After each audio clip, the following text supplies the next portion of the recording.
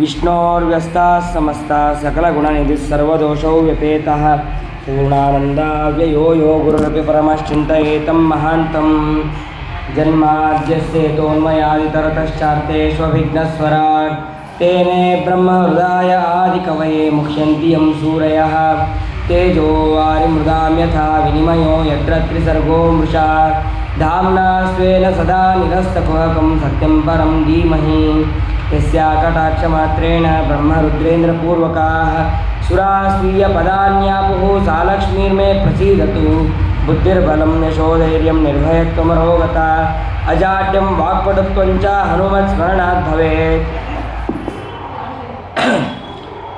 भवति यदनुभावादेडमूकोऽपि वाग्मी जडमतिरपि जन्तुर्जायते प्राज्ञमौलिः सकलवचनचेतो देवता भारती सा मम वचसि निधत्तां सन्निधिं मानसे च यं प्रव्रजन्तमनुपेतमपेतकृत्यं द्वैपायनो विरहकातुराजुहाव पुत्रेति तन्मयतया तरवोऽपि नेदुः तं सर्वभूतहृदयं मुनिमानतोऽस्मि वक्रतुण्डमहाकाय सूर्यकोटिसमप्रभ निर्विघ्नं कुरु मे देव सर्वकार्येषु सर्वदा यस्य वाक्कामधेनुर्नः कामितार्थान् प्रयच्छति सेवेतं जययोगीन्द्रं काममाणच्चिदं सदा भागीरथी यदग्रे भूशम्भुर्भाति यदग्रतः तान् वन्दे सत्यधर्माख्यान् सुधाजीवनपावनान् सत्यधर्माब्धिसम्भूतः चिन्तामणि विजृम्भितः सत्यसङ्कल्पकल्पद्रुः कल्पयेत् कामधुं मम सत्याविघ्नकराब्जोत्तान् 50 वर्षपूजकान्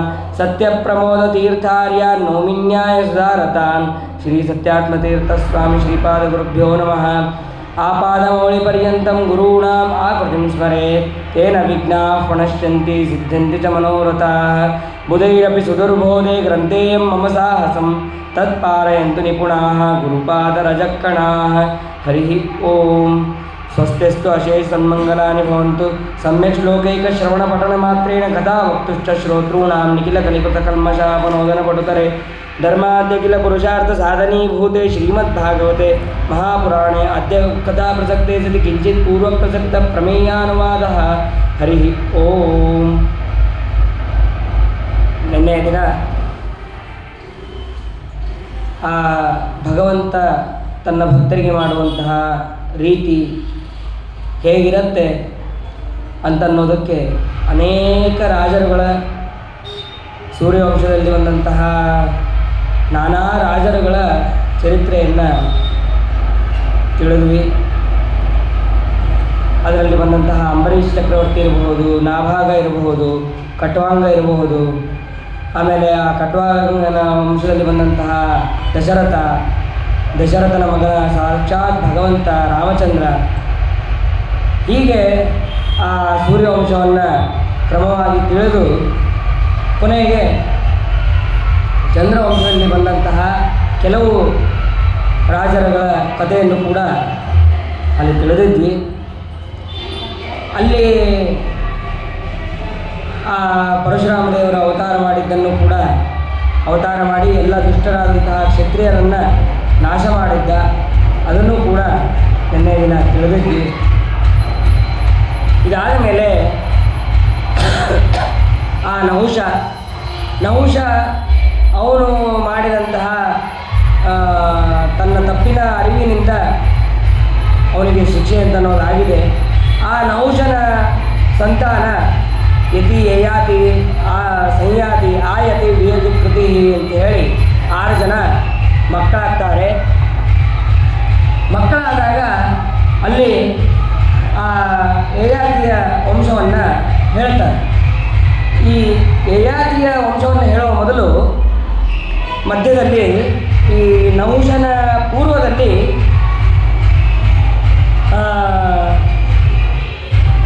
ಬ್ರಾಹ್ಮಕ ಅಂತೇಳಿ ಒಬ್ಬ ರಾಜ, ಅವನ ಮಗದಲ್ಲಿ ಅವನ ವಂಶದಲ್ಲಿ ಅನೇಕ ರಾಜರುಗಳು ಬರ್ತಾರೆ.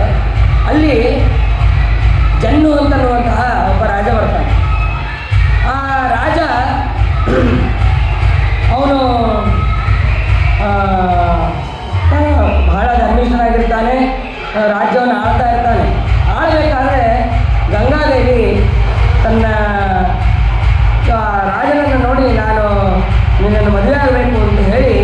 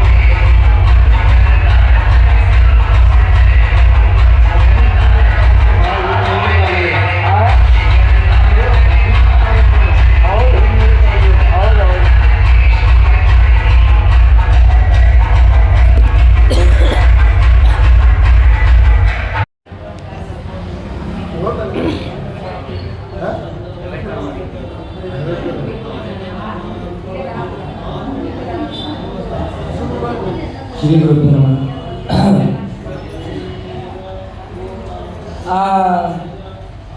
ಇದೇ ವಂಶದಲ್ಲಿ ಜನ್ನು ಅಂತನ್ನುವಂಥ ಒಬ್ಬ ರಾಜ. ಆ ರಾಜ ಅವನು ಬಹಳ ಧರ್ಮಿಷ್ಠನಾಗಿರ್ತಾನೆ. ಬಹಳ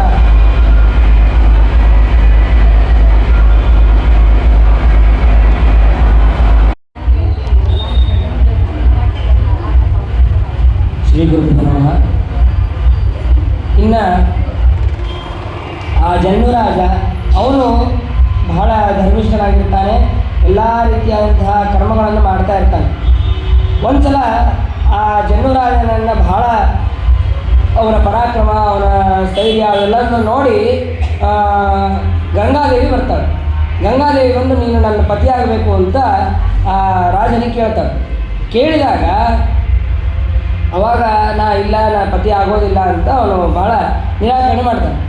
ಅಷ್ಟಾದ ಮೇಲೆ ಅವಳು ತನ್ನ ಪ್ರವಾಹವನ್ನು ಪೂರ್ಣವಾಗಿ ತಂದು ಅವನ ರಾಜ್ಯದ ಎಲ್ಲ ಕಡೆ ಹರಳ್ತಾಳೆ. ಅವಾಗ ಜನ್ನು ರಾಜನಿಗೆ ಬಹಳ ಸಿಟ್ಟಿಗೆ ಬಂದು ಅವನು ಆ ಗಂಗಾ ನದಿಯನ್ನು ಏಕಾಪೋಷಣದಿಂದ ಪಾನ ಮಾಡ್ತಾನೆ. ಪಾನ ಮಾಡಿದ ಮೇಲೆ ಎಲ್ಲ ದೇವತೆಗಳು ಕೂಡ ಬಂದು ಪ್ರಾರ್ಥನೆ ಮಾಡ್ತಾರೆ, ಗಂಗಾದೇವಿಯನ್ನು ಹಾಗೆ ನೀನು ಪಾನ ಮಾಡೋದು ಸರಿಯಲ್ಲ, ಅವಳನ್ನು ಬಿಟ್ಟು ಬಿಡುವುದು.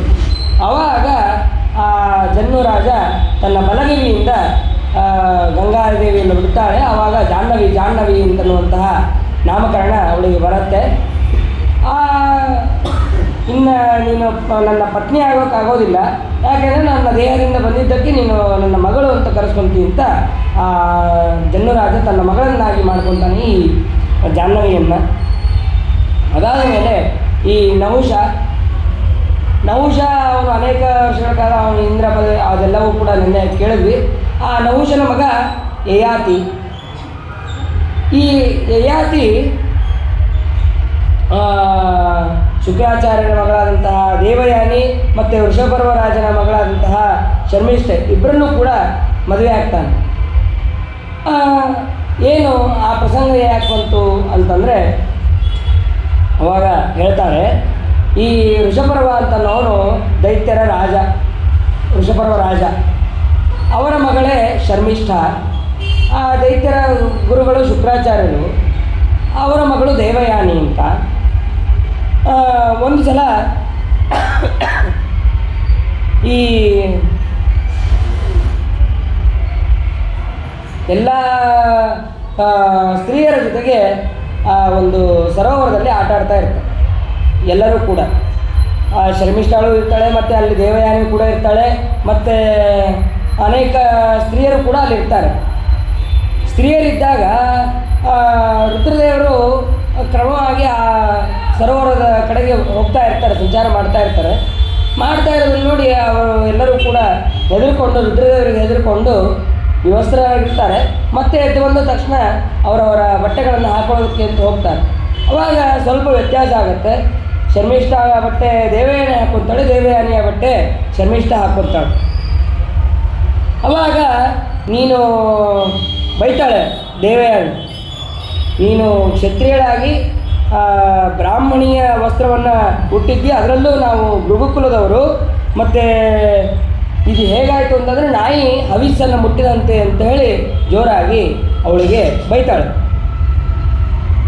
ಅದಾದ ಮೇಲೆ ಆಗ ಶರ್ಮಿಷ್ಠೆ ಕೂಡ ಬಹಳ ಸಿಟ್ಟಿನಿಂದ ಹೇಳ್ತಾಳೆ, ನೀನು ಭಿಕ್ಷುಕಿ, ನಮ್ಮ ತಂದೆ ಅನ್ನ ಹಾಕಿದ್ರೆ ನೀನು ಅನ್ನ ಊಟ ಮಾಡೋ ಅಂತಹ ಋಷಿಗಳ ಮಗಳು ನೀನು, ಅಷ್ಟಾದ್ದು ನೀನು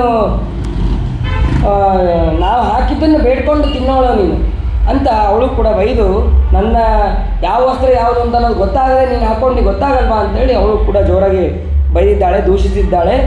ಆಮೇಲೆ ಅವಳ ಹತ್ರ ವಸ್ತ್ರವನ್ನು ಕಲಿಸಿಕೊಂಡು ಒಂದು ಬಾವಿಯಲ್ಲಿ ಅವಳನ್ನು ಹಾಕಿ ಹೋಗ್ತಾಳೆ. ಆ ಸಮಯದಲ್ಲಿ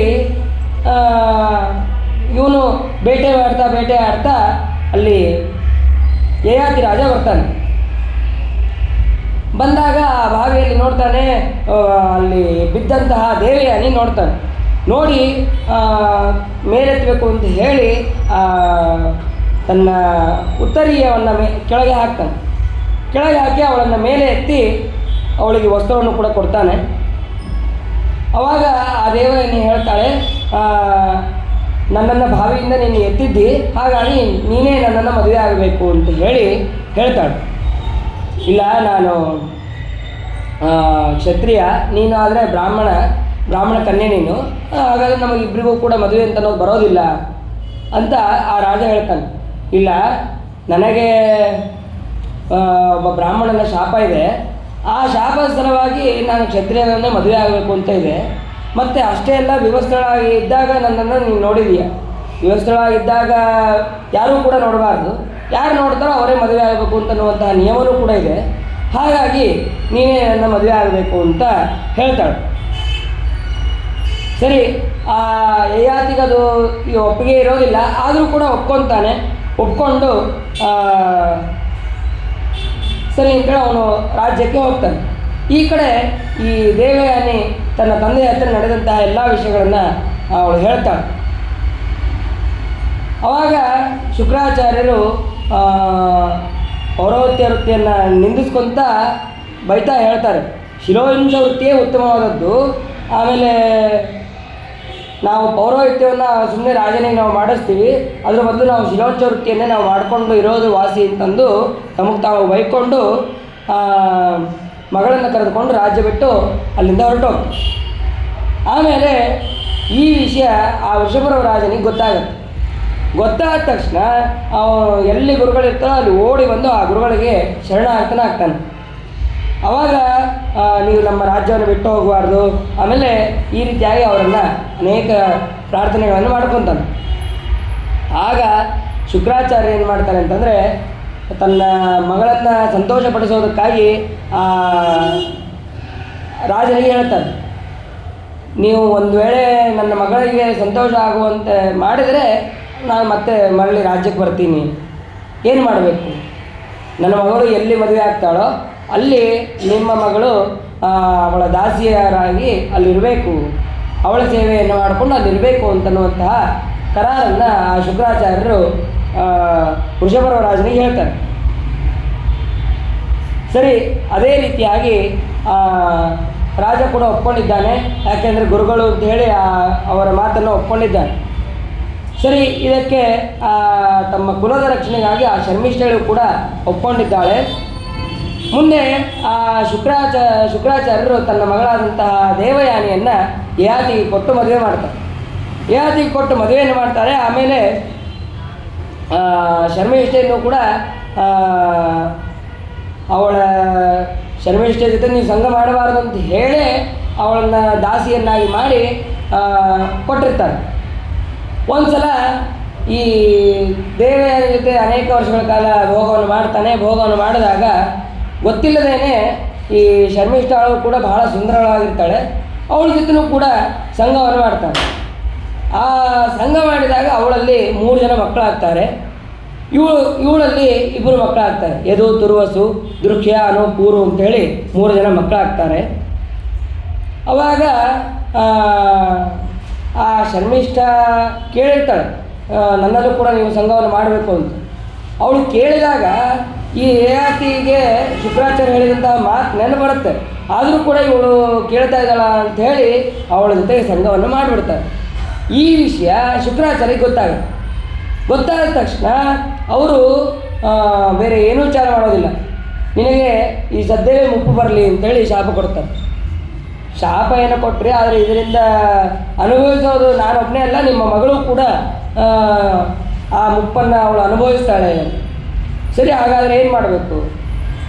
ಅವರು ನಿಮ್ಮ ಮಕ್ಕಳಲ್ಲಿ ಯಾರು ನಿನಗೆ ಯೌವನವನ್ನು ಕೊಡ್ತಾರೋ ಅದನ್ನು ಪಡೆದು ಮತ್ತೆ ನೀನು ಭೋಗವನ್ನು ಮಾಡಬಹುದು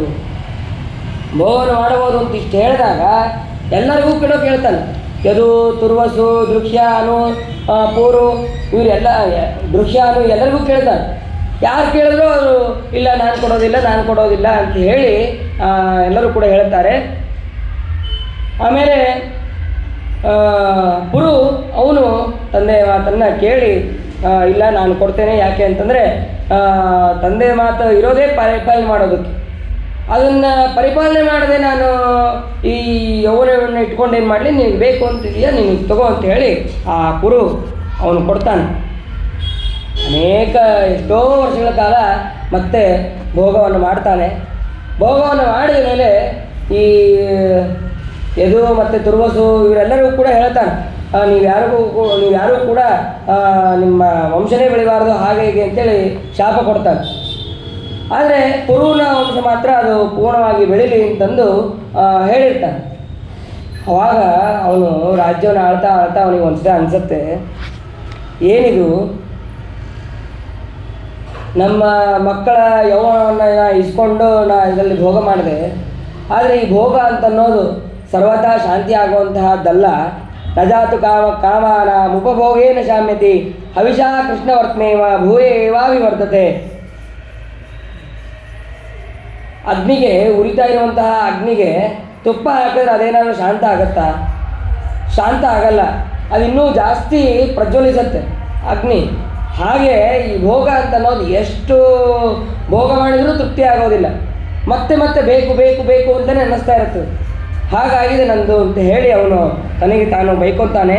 ಒಂದು ಕಥೆಯನ್ನು ಹೇಳ್ತಾನೆ. ಒಂದು ಹೋತ ನೀರನ್ನು ಹುಡುಕುವಂಥ ಒಂದು ಬಾವಿಯಲ್ಲಿ ಬಿದ್ದಿರುವಂತಹ ಒಂದು ಮೇಕೆ ಅದನ್ನು ನೋಡ್ತು.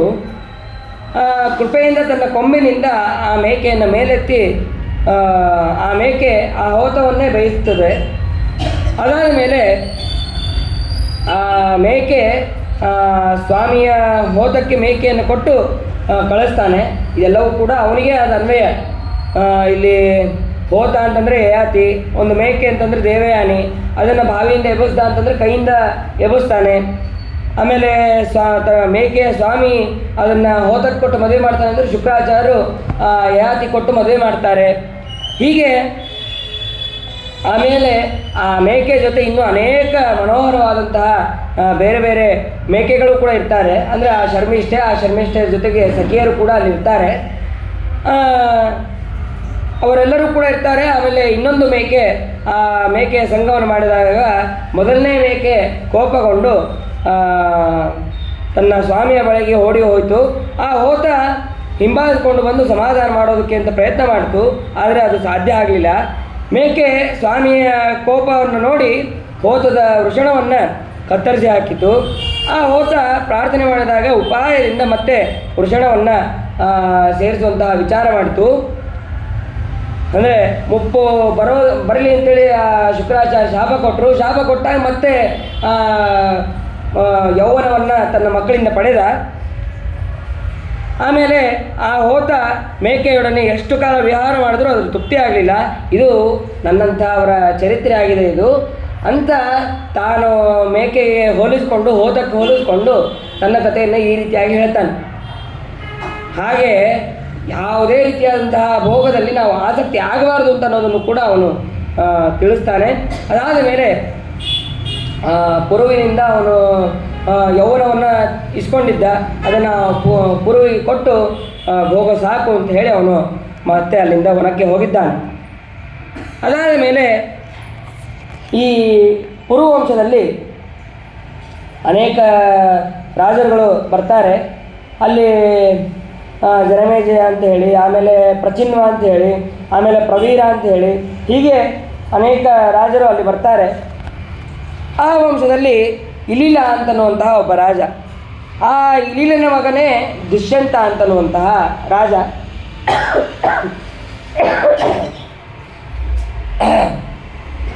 ಅವಾಗ ಈ ದುಷ್ಯಂತ ಒಂದು ವನಕ್ಕೆ ಬೇಟೆಗೆ ಅಂತ ಹೋಗ್ತಾನೆ. ಆವಾಗ ಕಣ್ವಋಷಿಗಳ ಆಶ್ರಮಕ್ಕೆ ಅಲ್ಲಿ ಬರ್ತಾನೆ. ಅಲ್ಲಿ ಬಹಳ ಸುಂದರವಾದಂತಹ ಒಬ್ಬ ಸ್ತ್ರೀಯನ್ನು ನೋಡ್ತಾಳೆ. ಅವಳೇ ಶಕುಂತಲೆ ಅಂತ. ಆ ಶಕುಂತಲೆಯನ್ನು ನೋಡಿದ ಮೇಲೆ ಅವಳು ಬೇಕು ಅಂತನ್ನುವಂತಹ ಮನಸ್ಸು ಅವನಿಗೆ ಹೋಗಿದೆ. ಆಗ ಆ ದುಷ್ಯಂತ ಹೇಳ್ತಾನೆ, ಸುಂದರಾಂಗಿಯಾದಂತಹ ನೀನು ಯಾರ ಮಗಳು ನೀನು? ಪೂರ್ವವಂಶದಲ್ಲಿ ಹುಟ್ಟಿದಂತಹ ನನ್ನ ಮನಸ್ಸನ್ನು ನಿನ್ನ ನೋಡಿದ ತಕ್ಷಣ ಆಕರ್ಷಣೆ ಆಗಿದೆ ಅಂತಹ ಯಾರು ನೀನು ಅಂತ ಅವಳು ಕೇಳಿದ್ದಾಳೆ. ಅವಳು ಹೇಳ್ತಾಳೆ, ಇಷ್ಟು ಸುಂದರವಾಗಿದೆಯಾ ಅಂತಂದರೆ ನೀನು ಕ್ಷತ್ರಿಯಳ ಕನ್ಯೆನೇ ಆಗಿರಬೇಕು ಅಂತ ಅವನು ಹೇಳ್ತಾನೆ. ಹೇಳಿದಾಗ ಅದಕ್ಕೆ ಆ ಶಕುಂತಲೆ ಹೇಳ್ತಾಳೆ, ನನ್ನ ಹೆಸರು ಶಕುಂತಲೆ ಅಂತ, ನಾನು ವಿಶ್ವಾಮಿತ್ರರ ಮಗಳು, ಕಣ್ವರ ಸಾಕು ಮಗಳು. ಆಶ್ರಮಕ್ಕೆ ಬಂದಿರಿ, ಬಂದ ಮೇಲೆ ಕೂಡ್ರಿ ಅಂತ ಹೇಳಿ ಅವರಿಗೆ ಉಪಚಾರಗಳನ್ನು ಮಾಡ್ತಾಳೆ. ಮಾಡಿದಾಗ ಇಲ್ಲಿ ಆಶ್ರಮದಲ್ಲಿ ಋಷಿಗಳಿಗೆ ಯೋಗ್ಯವಾದಂಥ ಆಹಾರವಿದೆ, ಮತ್ತು ಅದನ್ನು ನೀವು ಸ್ವೀಕಾರ ಮಾಡಿರಿ ಅಂತೆಲ್ಲ ಕೂಡ ಹೇಳ್ತಾಳೆ. ನಮ್ಮ ತಂದೆ ಸ್ವಲ್ಪ ಹೊತ್ತಿನಲ್ಲೇ ಬರ್ತಾರೆ, ಬಂದ ಮೇಲೆ ಅವ್ರ ಹತ್ರ ನೀವು ಮಾತಾಡಬಹುದು ಅಂತ ಇಷ್ಟು ಆ ಶಕುಂತಲೆ ಹೇಳ್ತಾಳೆ. ಹಾಗಾದರೆ ಈ ಶಕುಂತಲೆ ಕ್ಷತ್ರಿಯ ಕನ್ಯೆ ಅಂತ ಅನ್ನೋದನ್ನು ನಾವು ನಿಶ್ಚಯ ಮಾಡಿಕೊಂಡು ದುಷ್ಯಂತ ಏನು ಮಾಡ್ತಾನೆ ಅಂತಂದರೆ ಆಕೆಯನ್ನು ಗಾಂಧರ್ವ ವಿವಾಹವನ್ನು ಮಾಡ್ಕೊತಾನೆ. ಆವಾಗ ಸರಿ, ಗಾಂಧರ್ವ ವಿವಾಹ ಆದಮೇಲೆ ನಿನ್ನ ಮಗನಿಗೆ ನಾನು ರಾಜ್ಯವನ್ನು ಕೊಡ್ತೀನಿ ಅಂತ ಹೇಳಿ ಮುಂದೊಂದು ಸತಿ ನಾನು ಕರೆಸ್ಕೊತೀನಿ ಅಂತ ಹೇಳಿ ಅವಳ ಜೊತೆ ವಿವಾಹವನ್ನು ಮಾಡಿಕೊಂಡು ಅವಳ ಸಂಘವನ್ನು ಮಾಡ್ತಾನೆ. ಸಂಘವನ್ನು ಮಾಡಿದ ತಕ್ಷಣ ಈ ದುಷ್ಯಂತ ಅವಳನ್ನು ಬಿಟ್ಟು ಬಂದುಬಿಡ್ತಾನೆ. ಎಷ್ಟೋ ದಿವಸ ಆಯಿತು, ಇವನು ಬಂದು ಕರ್ಕೊಂಡೇ ಹೋಗೋದಿಲ್ಲ. ಇದು ಶಕುಂತಲೆ ಕಣ್ವರ ಆಶ್ರಮದಲ್ಲೇ ಇರ್ತಾಳೆ. ಇದ್ದಾಗ ಅಲ್ಲಿ ಕಣ್ವರೇ ಅವ್ರನ್ನ ರಕ್ಷಣೆ ಮಾಡ್ತಾ ಇರ್ತಾಳೆ. ಒಂದು ಸತಿ ಗರ್ಭಿಣಿ ಆಗ್ತಾಳೆ. ಗರ್ಭಿಣಿ ಆದಾಗೂ ಕೂಡ ಅವನು ಬರೋದಿಲ್ಲ, ಕರೆದುಕೊಂಡು ಹೋಗೋದಿಲ್ಲ ಈ ದುಷ್ಯಂತ. ಆಮೇಲೆ ಮತ್ತೆ ಅವಳು ಪ್ರಸವಿಸ್ತಾಳೆ, ಒಂದು ಮಗುವನ್ನು, ಶ್ರೇಷ್ಠವಾದಂತಹ ಒಂದು ಮಗುವನ್ನು ಪ್ರಸವಿಸ್ತಾಳೆ.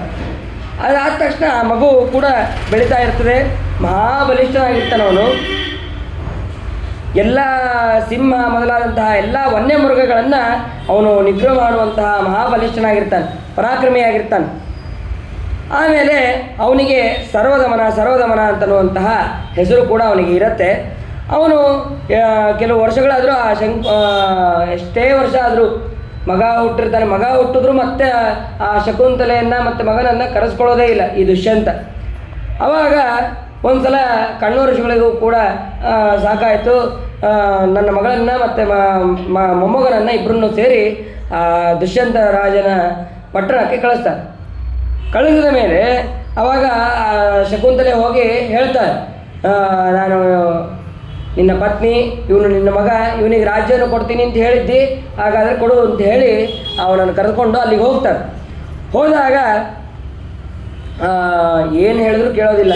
ಎಲ್ಲಿ ನನಗೆ ಅಪವಾದ ಬರುತ್ತೋ ಅಂತನ್ನುವಂತಹ ಕಾರಣದಿಂದ ಆ ದುಷ್ಯಂತ, ನೀನು ಯಾರು ಅಂತಲೇ ಗೊತ್ತಿಲ್ಲ, ನೀನು ನನ್ನ ಹೆಂಡತಿನೇ ಅಲ್ಲ ಅಂತ ಹೇಳಿ ಜೋರಾಗಿ ಹೇಳಿಬಿಡ್ತಾನೆ. ಹೇಳಿದಾಗ ಅವಾಗ ಶಕುಂತಲೆ ಅವಳು ಹೇಳ್ತಾಳೆ, ಈ ವಿಷಯದಲ್ಲಿ ದೇವತೆಗಳೇ ಸಾಕ್ಷಿ ಅಂತ ಹೇಳಿ ಅವಳು ಅಲ್ಲಿಂದ ಹೊರಡ್ತಾ ಇರ್ಬೇಕಾದ್ರೆ ಆಕಾಶವಾಣಿ ಆಗುತ್ತೆ.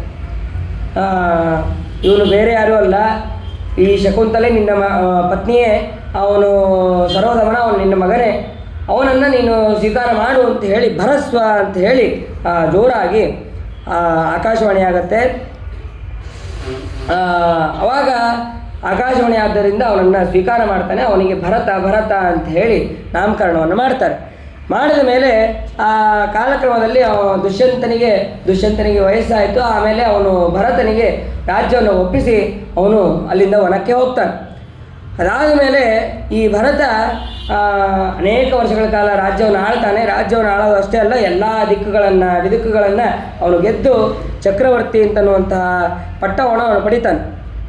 ಅಷ್ಟೇ ಅಲ್ಲ, 55 ಅಶ್ವಮೇಧ ಯಾಗಗಳನ್ನು ಅವನು ಮಾಡಿ ಯೋಗ್ಯವಾದಂತಹ ಪದವಿಯನ್ನು ಮಾಡ್ತಾನೆ.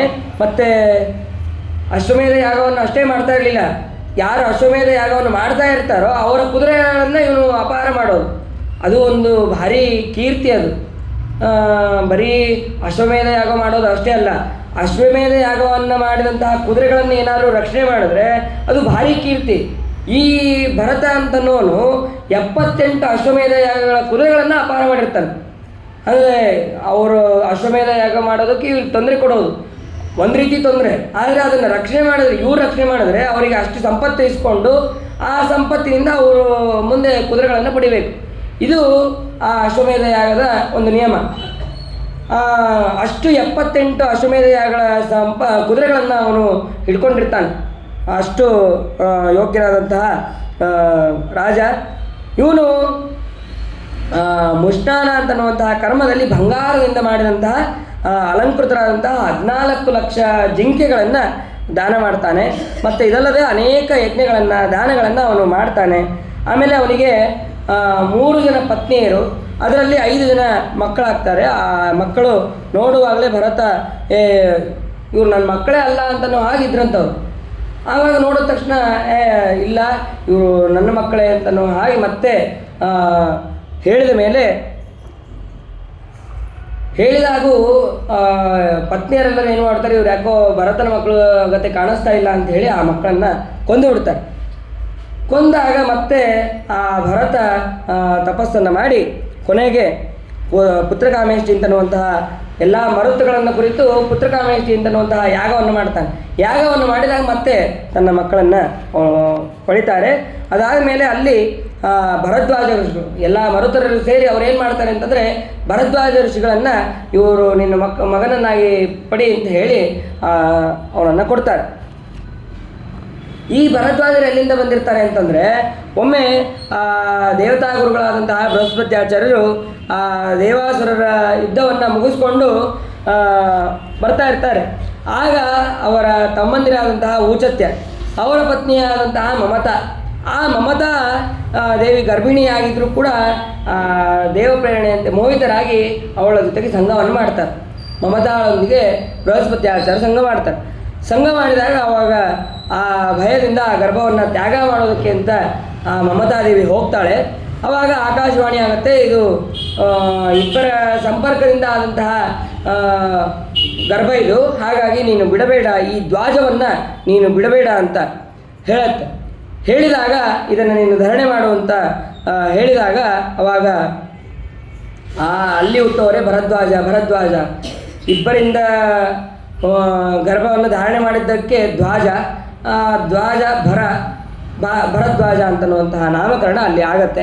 ಆ ಭರದ್ವಾಜರು ಭರತನ ದತ್ತುಪುತ್ರರಾಗಿ ವಿತತ ಎಂಬಂತಹ ಹೆಸರನ್ನು ಪಡೆದು ರಾಜ್ಯ ಪಡಿತಾರೆ. ಆಮೇಲೆ ಈ ಭರತ ವಿತತನಿಗೆ ರಾಜ್ಯವನ್ನು ಕೊಟ್ಟು ಅಲ್ಲಿಂದ ಹೊರಟು ಹೋಗ್ತಾರೆ. ಆಮೇಲೆ ಈ ವಿತತನ ವಂಶದಲ್ಲಿ ಅಜಮೀಡ, ಆ ಅಜಮೀಡನ ಅವನು ಮಹಾ ತಪಸ್ವಿ. ಅವನಿಗೆ ಅಜಮೀಡನ ಮಗ ವೃಕ್ಷನ ಮಗ ಸಂವರ್ಣನ ಮಗ ಸೂರ್ಯನ ಮಗಳಾದಂತಹ ತಪತಿ. ಅವಳಲ್ಲಿ ಕುರು ಅಂತನ್ನುವಂಥ ಒಬ್ಬ ರಾಜನನ್ನು ಪಡಿತಾರೆ. ಅದರಿಂದನೇ ಈ ಕುರು ವಂಶ ಅಂತನ್ನೋದು ಪ್ರಸಿದ್ಧಿ ಆಗತ್ತೆ. ಅಲ್ಲೇ ಕುರುಕ್ಷೇತ್ರ ಮತ್ತು ಕುರುರಾಜನ ವಂಶದಲ್ಲಿ ಬಂದವನೇ ಪ್ರದೀಪ. ಆ ಪ್ರದೀಪ ರಾಜನಿಗೆ ದೇವಾಪಿ, ಬಾಲಿಕ, ಶಂತನು ಅಂತನ್ನುವಂತಹ 3 ಜನ ಮಕ್ಕಳಾಗ್ತಾರೆ. ದೇವಾಪಿ ಚರ್ಮದೋಷ ಇದ್ದಿದ್ದರಿಂದ ಅವನು ವಿರಕ್ತನಾಗಿ ಅವನು ಬದ್ರಿಕಾಶ್ರಮಕ್ಕೆ ಹೋಗ್ತಾನೆ. ಮುಂದೆ ಕಲಿಯುಗದಲ್ಲಿ ಈ ಚಂದ್ರವಂಶ ಅಂತನ್ನೋದು ನಿಂತು ಹೋದ ಮೇಲೆ ಮತ್ತೆ ಆ ದೇವಾಪಿಯಿಂದ ಮತ್ತೆ ರಾಜ್ಯ ಅಂತನ್ನೋದು ಮುಂದುವರಿಯುತ್ತೆ. ಈ ಕಡೆ ಇದೇ ಬೇರೆ ಬೇರೆ ರಾಜರುಗಳ ಕಥೆಯನ್ನ ಎಲ್ಲ ಹೇಳ್ತಾರೆ. ಹೇಳಿದ ಮೇಲೆ ಇದೇ ವಂಶದಲ್ಲಿ ಮುಂದೆ ಆ ವಿತತ ಆದಮೇಲೆ ಅದು ಮನ್ಯು ಅಂತ ಇನ್ನೊಬ್ಬ ಮಗ. ಆ ಮನ್ಯುವಿನಿಂದ ಬೃಹಕ್ಷೇತ್ರ ಅಂತ, ಆ ಬೃಹಕ್ಷೇತ್ರನಿಂದ ಜಯ, ಮಹಾವೀರ, ನರ, ಗರ್ಗ ಅಂತ 5 ಜನ ಮಕ್ಕಳಾಗ್ತಾರೆ. ಆಮೇಲೆ ಈ ಗರ್ಗನಿಗೆ ಸುಂಕೃತಿ ಅಂತನ್ನುವಂತಹ ಇನ್ನೊಬ್ಬ ಮಗ ಆಗ್ತಾನೆ. ಆ ನರ ಮತ್ತು ಸುಂಕೃತಿ ಅಂತ, ಈ ಸುಂಕೃತಿಯ ಮಗನೇ ಗುರು ಮತ್ತು ರಂತಿದೇವ ಅಂತನ್ನುವಂತಹ 2 ರಾಜರು ಬರ್ತಾರೆ. ಇಲ್ಲಿ ಹೇಳ್ತಾರೆ ಆ ಸುಂಕೃತಿ ಎಷ್ಟೋ ಪರಿ ಯುದ್ಧವನ್ನು ಮಾಡ್ತಾ ಇದ್ದ ಅಂತಂದರೆ, ಯುದ್ಧ ಮಾಡೋದಷ್ಟೇ ಅಲ್ಲ, ಎಲ್ಲ ಶತ್ರುಗಳನ್ನು ಅಣುಗಿಸೋದು, ಅಷ್ಟು ಬಲಶಾಲಿಯಾಗಿರ್ತಿದ್ದ. ಮತ್ತು ಅನೇಕ ದಾನಶೂರನೂ ಅವನು ಆಗಿದ್ದ. ಆಮೇಲೆ ಭೀಕರವಾದಂತಹ ಒಂದು ಕ್ಷಾಮ, ಆ ಕ್ಷಾಮ ಬಂದಾಗ 2 ಲಕ್ಷ ಅಡಿಗೆಯವರನ್ನು ಇಟ್ಕೊಂಡು ಆ ಬ್ರಾಹ್ಮಣರ ಅತಿಥಿಗಳ ಆರಾಧನೆಗಾಗಿ ತನ್ನ ಜೊತೆಗೆ ಇಟ್ಕೊಂಡಿರ್ತಾನೆ 2 ಲಕ್ಷ ಅಡಿಗೆಯವರನ್ನು. ಅದನ್ನು ಎಲ್ಲ ಬ್ರಾಹ್ಮಣರಿಗೆ ಬಂದಂತಹ ಬ್ರಾಹ್ಮಣರಿಗೆ ಅವನು ನಿತ್ಯದಲ್ಲೂ ಕೂಡ ಅನ್ನದಾನವನ್ನು ಮಾಡ್ತಾ ಇರ್ತಾನೆ. ಅವರ ಮಗನೇ ಈ ರಂತಿದೇವ. ಇವನು ಕೂಡ ಮಹಾಧರ್ಮಿಷ್ಠ, ಮಹಾದಾನಶೂರ, ಅದರಲ್ಲಿ ಎತ್ತಿದ ಕೈ. ಈ ರಂತಿದೇವನ ಚರಿತ್ರೆ ಹೇಗೆ ಅಂತಂದರೆ, ಅವನು ಎಲ್ಲವನ್ನು ದಾನ ಮಾಡ್ತಾ ಒಂದು ನೀರು ಕೂಡ ಕುಡಿಯೋದೇನೆ ಒಂದು 48 ದಿನಗಳ ಕಾಲ ಉಪವಾಸವನ್ನು ಮಾಡ್ತಾನೆ. ಮಾಡಿದಾಗ ಅವಾಗ ಇನ್ನೇನು 48 ದಿನ ಮುಗಿದಿದೆ, 49ನೇ ದಿನ ಅವನು ಆಹಾರವನ್ನು ಸ್ವೀಕಾರ ಮಾಡಬೇಕಾಗಿದೆ. ಸ್ವೀಕಾರ ಮಾಡೋಕ್ಕೆ ಎಂದು ಅಲ್ಲಿ ಅನ್ನ, ಪಾಯಸ ಮತ್ತು ನೀರು ಹೀಗೆ ಆಹಾರ ಏನೋ ಸಿಕ್ಕಿದಾಗ ಇನ್ನೇನು ಅದನ್ನು ತಗೋಬೇಕು, ಆ ಪಾಯಸವನ್ನು ಸ್ವೀಕಾರ ಮಾಡಬೇಕು ಅಂತ ಎಲ್ಲರೂ ತಮ್ಮ ಬಂಧು ಬಳಗ ಅಂದರೆ ಹೆಂಡತಿ ಮಕ್ಕಳು ಎಲ್ಲರೂ ಕೂಡ ಸಿದ್ಧರಾಗಿದ್ದಾರೆ. ಅದೇ ಸಮಯಕ್ಕೆ ಒಬ್ಬ ಭಿಕ್ಷುಕ ಬಂದಿದ್ದಾನೆ. ನಮಗೆ ಬಹಳ ಹಸಿವೆ ಆಗ್ತಾ ಇದೆ, ನನಗೆ ಅನ್ನ ಇಲ್ಲ, ನೀರಿಲ್ಲ, ಹಾಗಾಗಿ ನನಗೆ ನೀವು ದಾನ ಮಾಡಬೇಕು. ಸರಿ ಆಯಿತು ಅಂಥೇಳಿ ಅವರಿಗೆ ಮತ್ತೆ ಪಾಯಸವನ್ನು ದಾನ ಮಾಡಿದ್ದಾನೆ. ಸರಿ ದಾನ ಮಾಡಿದ ಮೇಲೆ ಇನ್ನು ಅನ್ನ ಮತ್ತು ಗಂಜಿ ನೀರು ಆ 2 ಪದಾರ್ಥ ಉಳಿದಿದೆ. ಅದನ್ನು ಅವನು ಸ್ವೀಕಾರ ಮಾಡಬೇಕು ಅಂತ ಅನ್ನೋ ಅಷ್ಟೊತ್ತಿಗೆ ಇನ್ನೊಬ್ಬ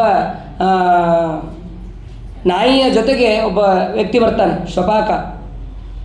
ಅವನು ಬಂದು ನನಗೆ ಮತ್ತು ಈ ನಾಯಿಗೂ ಕೂಡ ಬಹಳ ಹಸಿವೆ ಆಗಿದೆ, ನಾವು ಏನೂ ಕೂಡ ತಿಂದಿಲ್ಲ, ಬಹಳ ದಿವಸ ಆಯಿತು ಅಂತ ಹೇಳಿ ಅವನು ಬಂದು ಕೇಳ್ತಾನೆ. ಕೇಳಿದಾಗ ಅದೇ ರೀತಿಯಾಗಿ ಅವನಿಗೆ ಕೊಡಬೇಕಾದ್ರೆ ಅಯ್ಯೋ ನನಗೆ ಸಿಗಲಿಲ್ಲಲ್ಲ, ನನಗೆ ಹೋಯ್ತಲ್ಲ ಅಂತನ್ನುವಂಥ ದುಃಖ ಒಂಚೂರೂ ಇಲ್ಲ. ಕೊಡಬೇಕಾದ್ರೆ ಖುಷಿಯಿಂದ ನಗ್ತಾ ಅವ್ರಿಗೆ ದಾನವನ್ನು ಮಾಡ್ತಾಯಿದ್ದಾನೆ. ಆಮೇಲೆ ಸರಿ ಆಯಿತು ಅಂತ ಹೇಳಿ ದಾನವನ್ನು, ಅನ್ನವನ್ನು ಮತ್ತು ಇನ್ನೂ ಉಳಿದಂತಹ ಗಂಜಿಯನ್ನು ದಾನ ಮಾಡಿದ್ದಾನೆ. ದಾನ ಮಾಡಿದ ಮೇಲೆ ಇನ್ನೇನು ನೀರೊಂದು ಉಳಿದಿತ್ತು. ಆ ನೀರನ್ನು ಅವನು ಕುಡಿಬೇಕು ಅಂತ ಅವನು ಪಾತ್ರೆ ತಗೋತಾನೆ. ಆ ನೀರಿನಲ್ಲೂ ಮತ್ತೆ ಭಾಗ ಮಾಡ್ಕೋಬೇಕು, ಎಲ್ಲ ಪತ್ನಿಯರಿಗೂ ಕೊಡಬೇಕು ಮತ್ತು ಮಕ್ಕಳಿಗೂ ಕೊಡಬೇಕು. ಅದನ್ನು ಇನ್ನೇನು ಕುಡಿಬೇಕು ಅನ್ನೋ ಅಷ್ಟೊತ್ತಿಗೆ ಮತ್ತೆ ಇನ್ನೊಬ್ಬ ವ್ಯಕ್ತಿ ಬರ್ತಾನೆ. ಬಂದು ನನಗೆ ನೀರು ಕೂಡ ಇದು ಭಾಳ ನೀರಡಿಕೆ ಆಗಿದೆ, ನಾನು ನೀರೇ ಕೊಡೋದಿಲ್ಲ ನಾನು ಅಂತ ಹೇಳಿ ನೀರನ್ನು ಕೇಳ್ತಾನೆ. ಕೇಳಿದಾಗ ಅವನು ಭಾಳ ಖುಷಿಯಿಂದ ಅವನು ದಾನ ಮಾಡ್ತಾನೆ. ರಂತಿದೇವ ದಾನ ಮಾಡೋದಷ್ಟೇ ಅಲ್ಲ, ಅವನು ಹೇಳ್ತಾನೆ, ನಕಾಮಹೇಹಂ ಗತಿಮೀಶ್ವರಾಣ ಮಹರ್ತಿಯುಕ್ತ ಪುನರ್ಭವಂಬ ಆರ್ತಿಂ ಪ್ರಪದ್ಯೆ ಕಿಲ ದೇಹಭಾಜಾಂ ಅಂತಸ್ಥಿತಾಮೀನ ಭವಂತೆ ದುಃಖ. ಆ ರಂತಿದೇವ ಒಂದು ಮಾತು ಹೇಳ್ತಾನೆ, ನನಗೆ ಮೋಕ್ಷ ಬೇಡ, ಸುಖ ಬೇಡ, ಏನೇನೂ ಬೇಡ, ಆಹಾರ ಬೇಡ, ನೀರು ಬೇಡ, ಏನೂ ಬೇಡ, ಆದರೆ ಬಂದವರಿಗೆ ಕೊಡುವಂಥ ಭಾಗ್ಯ ಕೊಡು, ಇದು ಒಂದು. ಆಮೇಲೆ ಅವ್ರ ಕಷ್ಟಗಳು ಏನಿದೆಯೋ ಆ ಎಲ್ಲ ಕಷ್ಟಗಳು ನನಗೆ ಬರಲಿ, ಅದನ್ನು ಬಿಟ್ಟು ನನಗೆ ಬೇರೆ ಏನೂ ಅನುಗ್ರಹ ಮಾಡೋದು ಬೇಡ. ಇಂತಹ ದೊಡ್ಡ ಅನುಗ್ರಹವನ್ನು ನೀವು ಮಾಡಿರಿ ಅಂತ ಇದನ್ನು ಮಾತ್ರ ನಾನು ಬಯಸ್ತೀನಿ ಅಂತ ಹೇಳ್ತಾನೆ. ಯಾರಿಗೆ ಹಸಿವೆ ನೀರಿಡಕ್ಕೆ ಆಗಿರುತ್ತೋ ಅವರು ಬಂದಾಗ ನನ್ನ ಕೈಲಿ ಬರೀ ಒಂದು ಸ್ವಲ್ಪ ನೀರಿತ್ತು, ಅವ್ರಿಗೆ ಪೂರ್ಣ ಕೂಡ ಅವ್ರಿಗೆ ಕೊಡೋಕ್ಕಾಗಲಿಲ್ಲ. ಅವ್ರು ಬಂದು ಕೇಳಿದಾಗ ನಾನು ಪೂರ್ಣವಾಗಿ ದಾನ ಮಾಡಬೇಕು, ಇಂತಹ ಭಾಗ್ಯವನ್ನು ನನಗೆ ಕೊಡ್ರಿ ಅಂತ ಹೇಳಿ ಪ್ರಾರ್ಥನೆ ಮಾಡ್ತಾರೆ. ಅವರು ನಾಯಿ ರೂಪದಲ್ಲಿ ಇರ್ಬೋದು, ಭಿಕ್ಷುಕರ ರೂಪದಲ್ಲಿ ಬಂದವರು ಇರ್ಬೋದು, ಸ್ವಪಾಕ ರೂಪದಲ್ಲಿ ಬಂದವರು ಇರ್ಬೋದು, ಬೇರೆ ಯಾರೂ ಅಲ್ಲ, ದೇವತೆಗಳೇ ಅವನ ಪರೀಕ್ಷೆಯನ್ನು ಮಾಡೋದಕ್ಕಾಗಿ ದೇವತೆಗಳು ಬಂದಿರ್ತಾರೆ. ಆ ಪರೀಕ್ಷೆಯಲ್ಲಿ ಅವನು ಕೂಡ ಉತ್ತೀರ್ಣನಾಗ್ತಾನೆ. ಆದ ಮೇಲೆ ಕೊನೆಗೆ ಅವನು ಯೋಗ್ಯವಾದಂತಹ ಗತಿಯನ್ನು ಹೊಂದ್ತಾನೆ. ಆಮೇಲೆ ಆ ರಂತಿದೇವನ ಅನುಚರರು ಎಲ್ಲರೂ ಕೂಡ ಅವನ ಮಾರ್ಗವನ್ನು ಹಿಡಿದು ಎಲ್ಲರೂ ಕೂಡ ಯೋಗಿಗಳಾಗಿ ಭಗವಂತನ ಪಾದವನ್ನು ಸೇರಿದರು ಅಂತ ನಾವು ಹೇಳ್ತಾರೆ. ಆಮೇಲೆ ಅದೇ ವಂಶದಲ್ಲಿ ಗರ್ಗ, ಆ ಗರ್ಗನ ಹೆಸರು ಹೇಳಿದ್ದೆ, ಅವನಿಂದ ಶಿನಿ ಅಂತ ಹುಡ್ತಾನೆ. ಕ್ಷತ್ರಿಯನಾದಂತಹ ಈ ಗರ್ಗಸುತ ಆ ಶಿನಿಯಿಂದ ಬ್ರಾಹ್ಮಣನ ಒಂದು ಕುಲ ಅಂತ ಅನ್ನೋದು ಅಲ್ಲಿ ಹುಟ್ಟತ್ತೆ. ಆಮೇಲೆ ಮನ್ನುವಿನ ಇನ್ನೊಬ್ಬ ಮಗ ಅವನು ಮಹಾವೀರ್ಯನಾದಂತಹ ದುರಿತಕ್ಷಯ ಅಂತ ಅಲ್ಲಿ ಹುಟ್ಟುತ್ತಾನೆ. ಅವನಿಗೆ ತ್ರಯಾರುಣಿ, ಕವಿ ಪುಷ್ಕರಾರುಣಿ ಅಂತನ್ನುವಂತಹ 3 ಜನ ಮಕ್ಕಳಾಗ್ತಾರೆ. ಅವರು 3 ಜನ ಕೂಡ ಬ್ರಾಹ್ಮಣರಾಗ್ತಾರೆ. ಆಮೇಲೆ ಮನ್ಯುವಿನ ಜ್ಯೇಷ್ಠ ಪುತ್ರ ಬೃಹಕ್ಷೇತ್ರ ಅಂತನ್ನುವಂಥವನು, ಅವನ ಮಗ ಹೋತ್ರ ಅಂತ, ಅವನ ಮಗ ಹಸ್ತಿ, ಅವನೇ ಈ ಹಸ್ತಿನಾಪುರವನ್ನು ನಿರ್ಮಾಣ ಮಾಡಿದವನು. ಆಮೇಲೆ ಈ ಶಂತನು ತನಕ ಅಲ್ಲಿ ಹೇಳಿದ್ವಿ. ಪ್ರದೀಪರಾಜನಿಂದ ದಿಲೀಪನಿಂದ ಪ್ರದೀಪನ ಮಗ ಶಂತನು ವರುಣದೇವರೇ, ಅವನು ಅಲ್ಲಿ ಅವತಾರವನ್ನು ಮಾಡಿರ್ತಾನೆ. ಅವತಾರ ಮಾಡಿದಾಗ ಅವನು ಈ ದೇವಾಪಿ, ಬಾಲ್ಯಿಕ, ಶಂತನು ಇವರು 3 ಜನ ಕೂಡ ಅಲ್ಲಿ ಇರ್ತಾರೆ. ಅದರಲ್ಲಿ ದೇವಾಪಿ ಅವನು ರಾಜ್ಯ ಬೇಡ ಅಂತ ಬಿಟ್ಟು ಹೋಗಿದ್ದಾನೆ. ಆದರೆ ಇಲ್ಲಿ ಇನ್ನೊಂದು ವಿಷಯನ ತಿಳಿಸ್ತಾರೆ. ಶಂತನು ಅಂತಂದರೆ ಶಾಂತವನ್ನು ಕೊಡ್ತಾ ಇರ್ತಾನೆ. ಅವನು ಏನೇ ಮುಟ್ಟಿದ್ರೂ ಎಲ್ಲರಿಗೂ ಕೂಡ ಯೌವನವನ್ನು ಬರಬಹುದು, ಮತ್ತು ಶಾಂತದ ಅಂತನ್ನುವಂಥ ಸ್ವಭಾವ ಅದು ಬರೋದು. ಹೀಗೆ ಅವನ ರಾಜ್ಯದಲ್ಲಿ ಇರ್ತಿತ್ತು ಆ ಶಂತನು ಮಹಾರಾಜನ ಕಾಲದಲ್ಲಿ. ಅವನು ಸಾಕ್ಷಾತ್ ವರುಣ, ಆ ವರುಣ ಅವನು ಮುಟ್ಟಿದ್ರೆ ಶಾಂತ ಆಗಲೇಬೇಕು ಅಂತನ್ನುವಂತಹ ವಿಚಾರವನ್ನು ನಾವು ತಿಳಿಬೋದು. ಆಮೇಲೆ ಶಂತನು ರಾಜ್ಯ ಆಡಬೇಕಾದ್ರೆ ಎಷ್ಟೋ ವರ್ಷಗಳ ಕಾಲ ರಾಜ್ಯ ಆಡ್ತಾನೆ. ಆವಾಗ ಒಂದು ಸಲ ಆ ರಾಜ್ಯಕ್ಕೆ ಕಷ್ಟಗಳು ಬರುತ್ತೆ, ಅನೇಕ ರೀತಿಯಾದಂತಹ ಕಷ್ಟಗಳು ಬರುತ್ತೆ, ಮತ್ತು ಮಳೆ ಆಗೋದಿಲ್ಲ, ಈ ಥರ ತೊಂದರೆ ಆಗುತ್ತೆ. ಆವಾಗ ಎಲ್ಲರೂ ಕೂಡ ಹೇಳ್ತಾರೆ, ನಿಮ್ಮ ಅಣ್ಣನಾದಂತಹ ದೇವಾಪಿಯನ್ನು ಬಿಟ್ಟು ನೀನು ರಾಜ್ಯವನ್ನು ಆಳ್ತಾ ಇದ್ದಿ, ಹಾಗಾಗಿ ನಿನಗೆ ಈ ರೀತಿಯಾದಂತಹ ಕಾಲ ಬಂದಿದೆ ಅಂತಂದು ಎಲ್ಲರೂ ಹೇಳ್ತಾರೆ. ಶ್ರೀಮದಾಚಾರ್ಯರು ಮೊದಲೇ ನಿರ್ಣಯವನ್ನು ಹೇಳಿದ್ದಾರೆ. ಆದರೆ ಭಾಗವತದಲ್ಲೇ ಹೇಳಿದೆ, ಅವನು ತ್ವಗ್ದೋಕ್ಷ ಇತ್ತು ಅವನಿಗೆ, ಆದ್ದರಿಂದ ಅವನು ರಾಜ್ಯವನ್ನು ಆಳಿಲ್ಲ ಅಂತ ಅನ್ನೋದು ಮಹಾಭಾರತದ ತಾತ್ಪರ್ಯದಲ್ಲಿ ಹೇಳಿದ್ದಾರೆ. ಹಾಗಾದರೆ ಇಲ್ಲಿ ಇದನ್ನೂ ಕೂಡ ಹೇಳ್ತಾರೆ,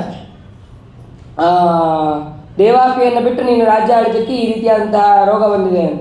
ಸರಿ, ಹಾಗಾದರೆ ದೇವಾಪಿ ಹತ್ರ ಹೋಗಿ ಕೇಳ್ಕೊಂಬರೋಣ ಅಂತ ಹೇಳಿ ಕಳಿಸ್ತಾರೆ. ಕಳಿಸಿದಾಗ ಆ ದೇವಾಪಿ ಹೇಳ್ತಾನೆ, ಇಲ್ಲ ನನಗೆ ರಾಜ್ಯವನ್ನು ಆಳೋದಕ್ಕೆ ಆಗೋದಿಲ್ಲ, ಯಾಕೆಂದರೆ ನಾನು ರಾಜ್ಯವನ್ನು ಆಳಿದ್ರೆ ನಾನು ತಪ್ಪಾಗಿ ಉಪದೇಶವನ್ನು ಮಾಡ್ತೀನಿ, ಹಾಗೆ ಹೀಗೆ ಅಂತ ಹೇಳಿಬಿಡ್ತಾನೆ. ಹಾಗೆ ಹೇಳಿದಾಗ, ಹಾಗೆ ಹೇಳೋದಕ್ಕೂ ಒಬ್ಬ ದುಷ್ಟನಾದಂತಹ ಋಷಿ ಅವನ ಕಿವಿಯಲ್ಲಿ ತುಂಬಿರ್ತಾನೆ, ನೀನು ಅಬದ್ಧವಾದಂತಹ ಧರ್ಮಗಳನ್ನು ಮಾಡ್ತೀನಿ ನೀನು, ಹಾಗೆ ಹೀಗೆ ಅಂತ ಹೇಳಿ ಅದನ್ನು ಹೇಳಿರ್ತಾನೆ. ಅದಕ್ಕೆ ನಾನು ರಾಜ್ಯ ಆಳೋಕ್ಕೆ ನಾನು ಯೋಗ್ಯನಾದಂಥ ವ್ಯಕ್ತಿಯಲ್ಲ, ನೀನೇ ರಾಜ್ಯ ಆಳು ಅಂತ ಆ ದೇವಾಪಿ ಶಂತನುವಿಗೆ ಹೇಳ್ತಾನೆ. ಇಷ್ಟು ಹೇಳಿದ ಮೇಲೆ ಅವನ ಅನುಮತಿಯನ್ನು ಪಡೆದು ಮುಂದೆ ಮತ್ತೆ ಈ ಶಂತನು ಅಂತನ್ನುವಂತಹ ರಾಜ ಅವನು ರಾಜ್ಯವನ್ನು ಆಳ್ತಾನೆ. ಆಮೇಲೆ ಈ ಪ್ರಜಾಪಾಲನೆ ಮಾಡೋದೇ ನಿನಗೆ ಧರ್ಮ ಅಂತ ಹೇಳಿ ಅವನನ್ನು ಶಂತನುವನ್ನು ಕಳಿಸ್ತಾರೆ. ಶಂತನು ಬಂದು ಮತ್ತೆ ರಾಜ್ಯವನ್ನು ಆಳ್ತಾನೆ. ಆಮೇಲೆ ಅವನು ಕಲಾಪ ಗ್ರಾಮದಲ್ಲಿರ್ತಾನೆ. ಆ ಕಲಾಪ ಗ್ರಾಮದಲ್ಲಿ ಕೃತಯುಗ ಪ್ರಾರಂಭ ಆದಮೇಲೆ ಮತ್ತೆ ಈ ದೇವಾಪಿ ಬಂದು ರಾಜ್ಯವನ್ನು ಆಳ್ತಾನೆ ಅಂತ ಅನ್ನೋದನ್ನು ಕೂಡ ಅಲ್ಲಿ ತಿಳಿಯಬಹುದು.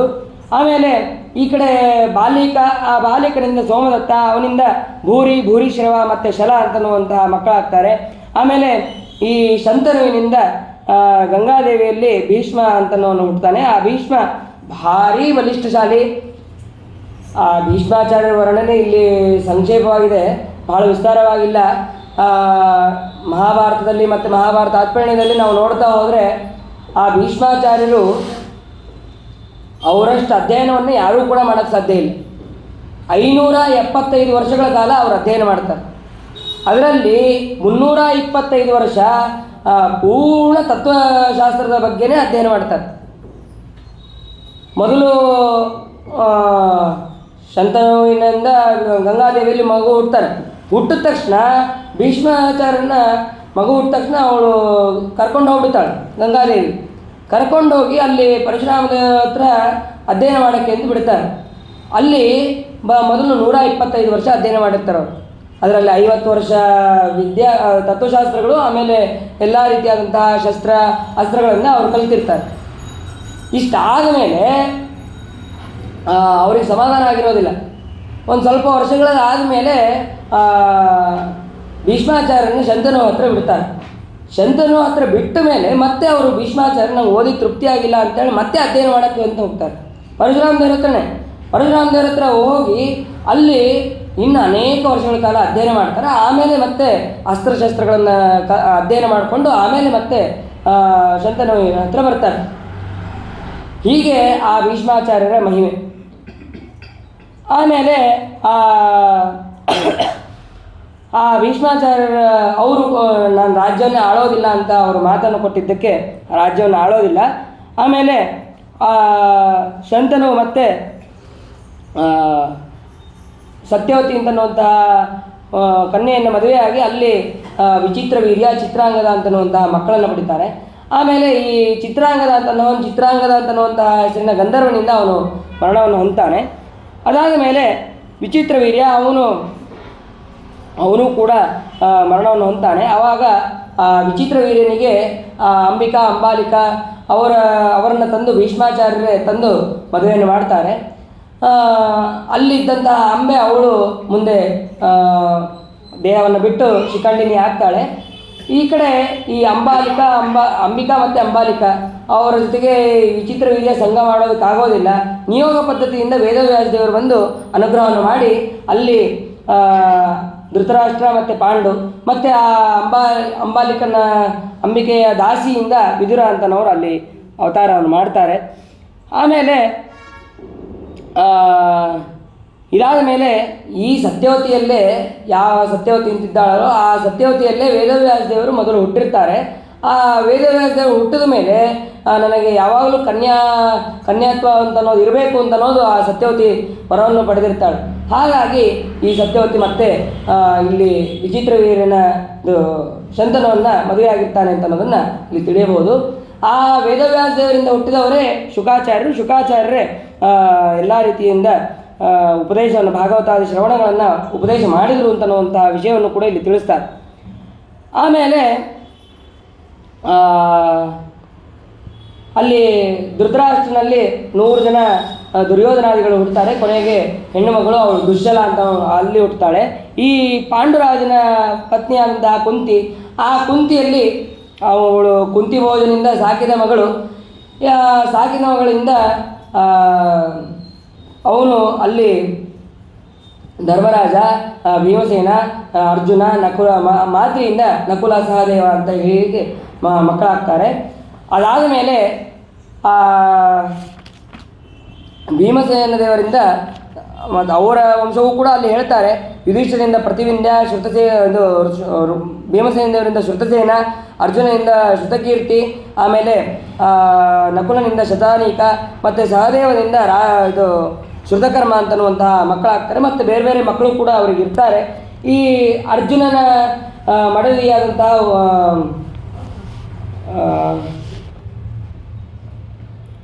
ಇದು ಚಿತ್ರಾಂಗದ, ಆ ಚಿತ್ರಾಂಗದನ ಮಗ ಅಭಿಮನ್ಯು, ಆ ಅಭಿಮನ್ಯುವಿನ ಪತ್ನಿ ಉತ್ತರ, ಆ ಉತ್ತರನ ಮಗನೇ ನೀನು ಪರೀಕ್ಷಿತ್ ರಾಜ. ನಿನ್ನ ಮಕ್ಕಳು ಕೂಡ ಜನಮೇಜಯ ಮತ್ತು ಶ್ರುತಸೇನ, ಭೀಮಸೇನ, ಉಗ್ರಸೇನ ಅಂತನ್ನುವಂತಹ ಹೀಗೆ ಅಲ್ಲಿ ನಿನ್ನ ಮಕ್ಕಳಾಗ್ತಾರೆ. ನೀನು ತಕ್ಷಕನಿಂದ ಮರಣವನ್ನು ಹೊಂದಿ, ಅಷ್ಟೇ ಅಲ್ಲ ನಿನ್ನ ಮಗ ಜನಮೇಜಯ ಅವನು ಸರ್ಪಯಾಗ ಅಂತನ್ನುವಂಥ ಯಾಗವನ್ನು ಕೂಡ ಮಾಡ್ತಾನೆ ಅಂತನ್ನುವಂತಹ ವಿಚಾರವನ್ನು ಅಲ್ಲಿ ತಿಳಿಸ್ತಾರೆ. ಅದಾದ ಮೇಲೆ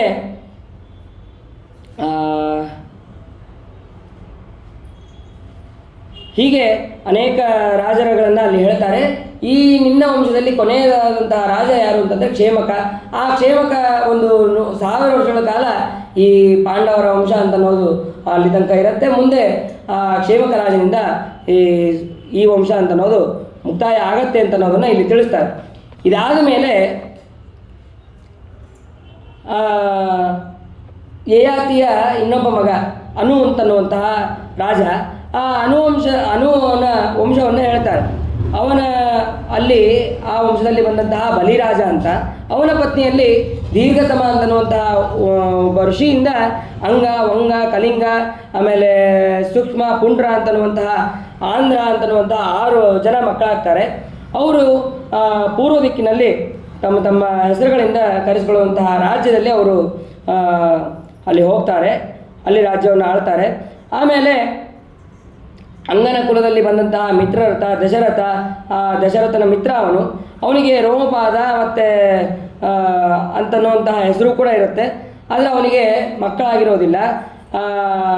ದಶರಥನ ಮಗಳಾದಂತಹ ಶಾಂತ, ಇಲ್ಲಿ ಬರುವಂತಹ ದಶರಥ ಅಂತಂದರೆ ಬೇರೆ ಹೆಸರು, ಬೇರೆ ರಾಜ, ಆ ದಶರಥ ಅಂತ ತಿಳಿಯೋದಲ್ಲ. ಆ ದಶರಥ ಅವಳ ಮಗಳಾದಂತಹ ಶಾಂತ, ಅವಳನ್ನು ದತ್ತು ತಗೊಂಡು ಋಷಿಶೃಂಗ ಮುನಿಗೆ ಮದುವೆ ಮಾಡಿಕೊಡ್ತಾನೆ. ಆಮೇಲೆ ಯಾಕೆ ಅಂತಂದರೆ ಒಂದು ಸಲ ಮಳೆನೇ ಆಗಿರೋದಿಲ್ಲ, ಬಹಳ ಅವನ ರಾಜ್ಯದಲ್ಲಿ ಒದ್ದಾಡ್ತಾ ಇರ್ತಾನೆ. ಆವಾಗ ಆ ಋಷಿಶೃಂಗರಿಂದ ಕರೆಸ್ಕೊಂಡು, ಆ ಋಷಿಶೃಂಗನ ತಮ್ಮ ರಾಜ್ಯಕ್ಕೆ ಕರೆಸ್ಕೊಂಡು, ಅಲ್ಲಿ ಕರೆಸ್ಕೊಂಡ ತಕ್ಷಣ ಆವಾಗ ಜೋರಾಗಿ ಮಳೆ ಎಲ್ಲವೂ ಕೂಡ ಆಗಿದೆ. ಹಾಗಾಗಿ ಆ ಋಷಿಶೃಂಗನ ಪೌರೋಹಿತ್ಯದಲ್ಲಿ ಇಂದ್ರನ ಇಷ್ಟಿ ಇವೆಲ್ಲವೂ ಕೂಡ ಅಲ್ಲಿ ಯಾಗವನ್ನು ಮಾಡಿರ್ತಾರೆ. ಆಮೇಲೆ ಈ ಕಡೆ ದಶರಥನಿಗೂ ಮಕ್ಕಳಾಗಿರೋದಿಲ್ಲ. ಆ ಶಾಂತಾಳನ್ನು ಈ ಋಷಶೃಂಗ ಮುನಿಗೆ ಕೊಟ್ಟು ಮದುವೆ ಮಾಡಿದ ಮೇಲೆ ತಾನೂ ಕೂಡ ಮಕ್ಕಳನ್ನು ಪಡಿತಾನೆ, ಮತ್ತು ಆ ದಶರಥನಿಗೂ ಕೂಡ ಸಂತತಿ ಅಂತ ಅನ್ನೋದು ಆಗತ್ತೆ. ಆಮೇಲೆ ಚತುರಂಗ ಅವನ ವಂಶದಲ್ಲಿ ಅಧಿರಥ. ಆಮೇಲೆ ಅಲ್ಲಿ ಈ ಅಧಿರಥ ಯಾರು ಅಂತಂದರೆ, ಕುಂತಿದೇವಿ ಕನ್ಯಾವಸ್ಥೆಯಲ್ಲಿ ಇದ್ದಾಗ ಸೂರ್ಯನನ್ನು ಪರೀಕ್ಷೆ ಮಾಡೋಕ್ಕೆ ಅಂತೇಳಿ ಸೂರ್ಯನನ್ನು ಕರೀತಾಳೆ. ಅಲ್ಲಿ ಹುಟ್ಟಿದವನೇ ಕರ್ಣ. ಆ ಕರ್ಣನನ್ನು ಈ ಅಧಿರಥ ಅವನು ರಕ್ಷಣೆ ಮಾಡಿರ್ತಾನೆ. ಅವನಿಗೆ ಒಂದು ಪೆಟ್ಟಿಗೆಯಲ್ಲಿ ಸಿಗತ್ತದು. ಆ ಪೆಟ್ಟಿಗೆಯಲ್ಲಿ ಸಿದ್ದಂತಹ ಆಭರಣ ಮತ್ತು ಎಲ್ಲ ಸಂಪತ್ತುಗಳ ಜೊತೆಗೆ ಒಂದು ಮಗು ಇರುತ್ತೆ. ಆ ಮಗುವನ್ನು ರಕ್ಷಣೆ ಮಾಡಿದವನೇ ಈ ಅಧಿರಥ. ಅದನ್ನು ಕೂಡ ಇಲ್ಲಿ ತಿಳಿಸ್ತಾರೆ. ಅದಾದ ಮೇಲೆ ಕರ್ಣನ ಮಗ ವೃಷಸೇನ ಅಂತನ್ನುವಂತಹ ಮಗನ ಹೆಸರು ಕೂಡ ಇಲ್ಲಿ ತಿಳಿಸ್ತಾರೆ. ಅದಾದ ಮೇಲೆ ಆ ಯಯಾತಿಯ ಜ್ಯೇಷ್ಠ ಪುತ್ರನಾದಂತಹ ಯದು. ಆ ಯದುವಿನ ವಂಶವನ್ನು ಕೇಳಿದ್ರೆ ಸಾಕು ನಮ್ಮ ಎಲ್ಲ ರೀತಿಯಾದಂತಹ ಪಾಪಗಳು ಪರಿಹಾರ ಆಗುತ್ತೆ. ಯದೋರ್ ವಂಶಂ ನರಶ್ರುತ್ವ ಸರ್ವ ಪಾಪೈ ಪ್ರಮುಚ್ಯತೆ ಯದ್ರಾವತೀರ್ಣೋ ಭಗವಾನ್ ಪರಮಾತ್ಮ ನರಾಕೃತಿ. ಯಾಕೆ ಅಂತಂದರೆ ಅಲ್ಲಿ ಸಾಕ್ಷಾತ್ ಭಗವಂತ ಅವತಾರ ಮಾಡಿದ್ದಾನೆ. ಅವತಾರ ಮಾಡಿದ್ದಕ್ಕೆ ಆ ಯದುವಿನ ವಂಶವನ್ನು ನಾವು ಶ್ರವಣ ಮಾಡಿದ್ರೆ ಸಾಕು ನಮ್ಮ ಎಲ್ಲ ವಿಧವಾದಂತಹ ಪಾಪ ಅಂತ ಅನ್ನೋದು ಪರಿಹಾರ ಆಗುತ್ತೆ ಅಂತ ಅನ್ನೋದನ್ನು ಇಲ್ಲಿ ತಿಳಿಸ್ತಾರೆ.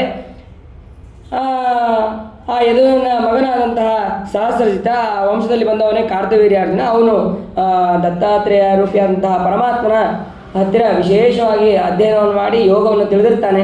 ಏನೋ ಪ್ರಾರಬ್ಧವಶಾತ್ ಅಹಂಕಾರ ಅಂತ ಅನ್ನೋದು ಬಂದು ಆ ಪರಶುರಾಮ ದೇವರಿಂದ ಸಂಹಾರ ಆಗಿದ್ದನ್ನು ನಾವು ಹಿಂದೆ ತಿಳಿದ್ವಿ. ಅದಾದ ಮೇಲೆ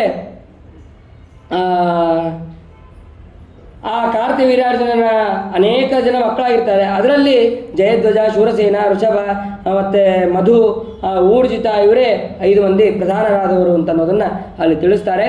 ಅದಾದ ಮೇಲೆ ಆ ಜಯಧ್ವಜನ ಮಗ ತಾಲಜಂಗ ಅವನು 100 ಮಂದಿ ಮಕ್ಕಳನ್ನು ಸಗರ ಚಕ್ರವರ್ತಿ ಸಂಹಾರ ಮಾಡಿರ್ತಾನೆ.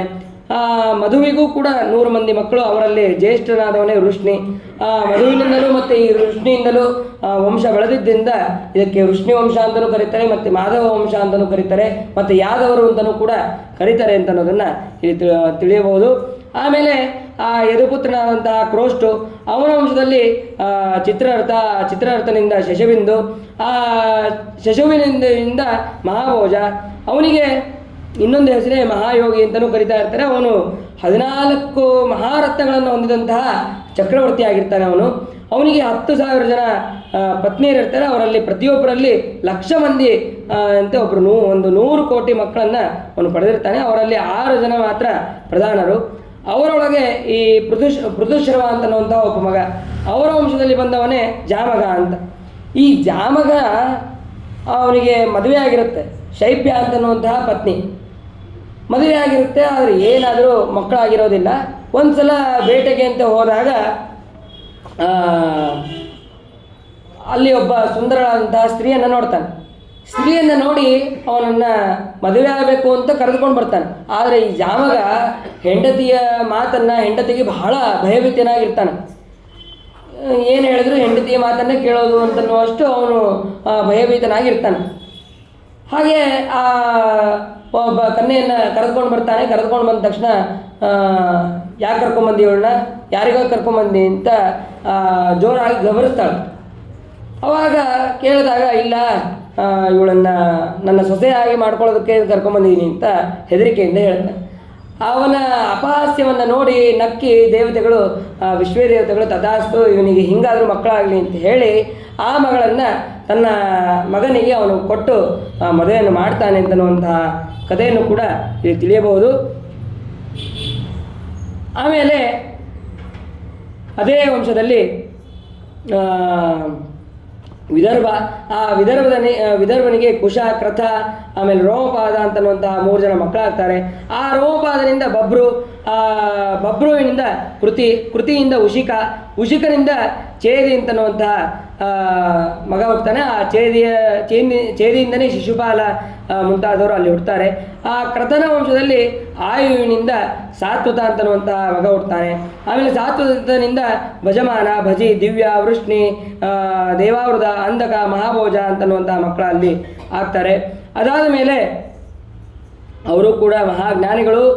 ಭಗವಂತನ ಉಪದೇಶದಿಂದ 6073 ಜನರು ಮೋಕ್ಷವನ್ನು ಪಡಿತಾರೆ ಅಂತ ಅನ್ನೋದನ್ನು ಅಲ್ಲಿ ತಿಳಿಸ್ತಾರೆ. ಆಮೇಲೆ ಅನಮಿತ್ರ ಅಂತ, ಆ ಅನಮಿತ್ರನ ಮಗನೇ ಶಿನಿ ಅಂತ, ಅವನಿಗೆ ಪೃಷ್ಣಿ ಅಂತನೂ ನಿಮ್ನ ಶಿನಿ ಪೃಷ್ಣಿ ಅಂತನ್ನುವಂತಹ 3 ಜನ ಮಕ್ಕಳಿರ್ತಾರೆ. ಅದರಲ್ಲಿ ಒಬ್ಬನು ಸತ್ರಾಜಿತ ಮತ್ತು ಪ್ರಸೇನ ಅಂತನ್ನುವಂತಹ ನಿಮ್ನನ ಮಕ್ಕಳಾಗಿ ಅಲ್ಲಿ ಬರ್ತಾರೆ. ಆಮೇಲೆ ಈ ಶಿನಿಪುತ್ರನಾದಂತಹ ಸತ್ಯಕ, ಆ ಸತ್ಯಕನ ಮಗನೇ ಸಾತ್ಯಕಿ ಅಂತನೂ ಅಲ್ಲಿ ಬರ್ತಾನೆ.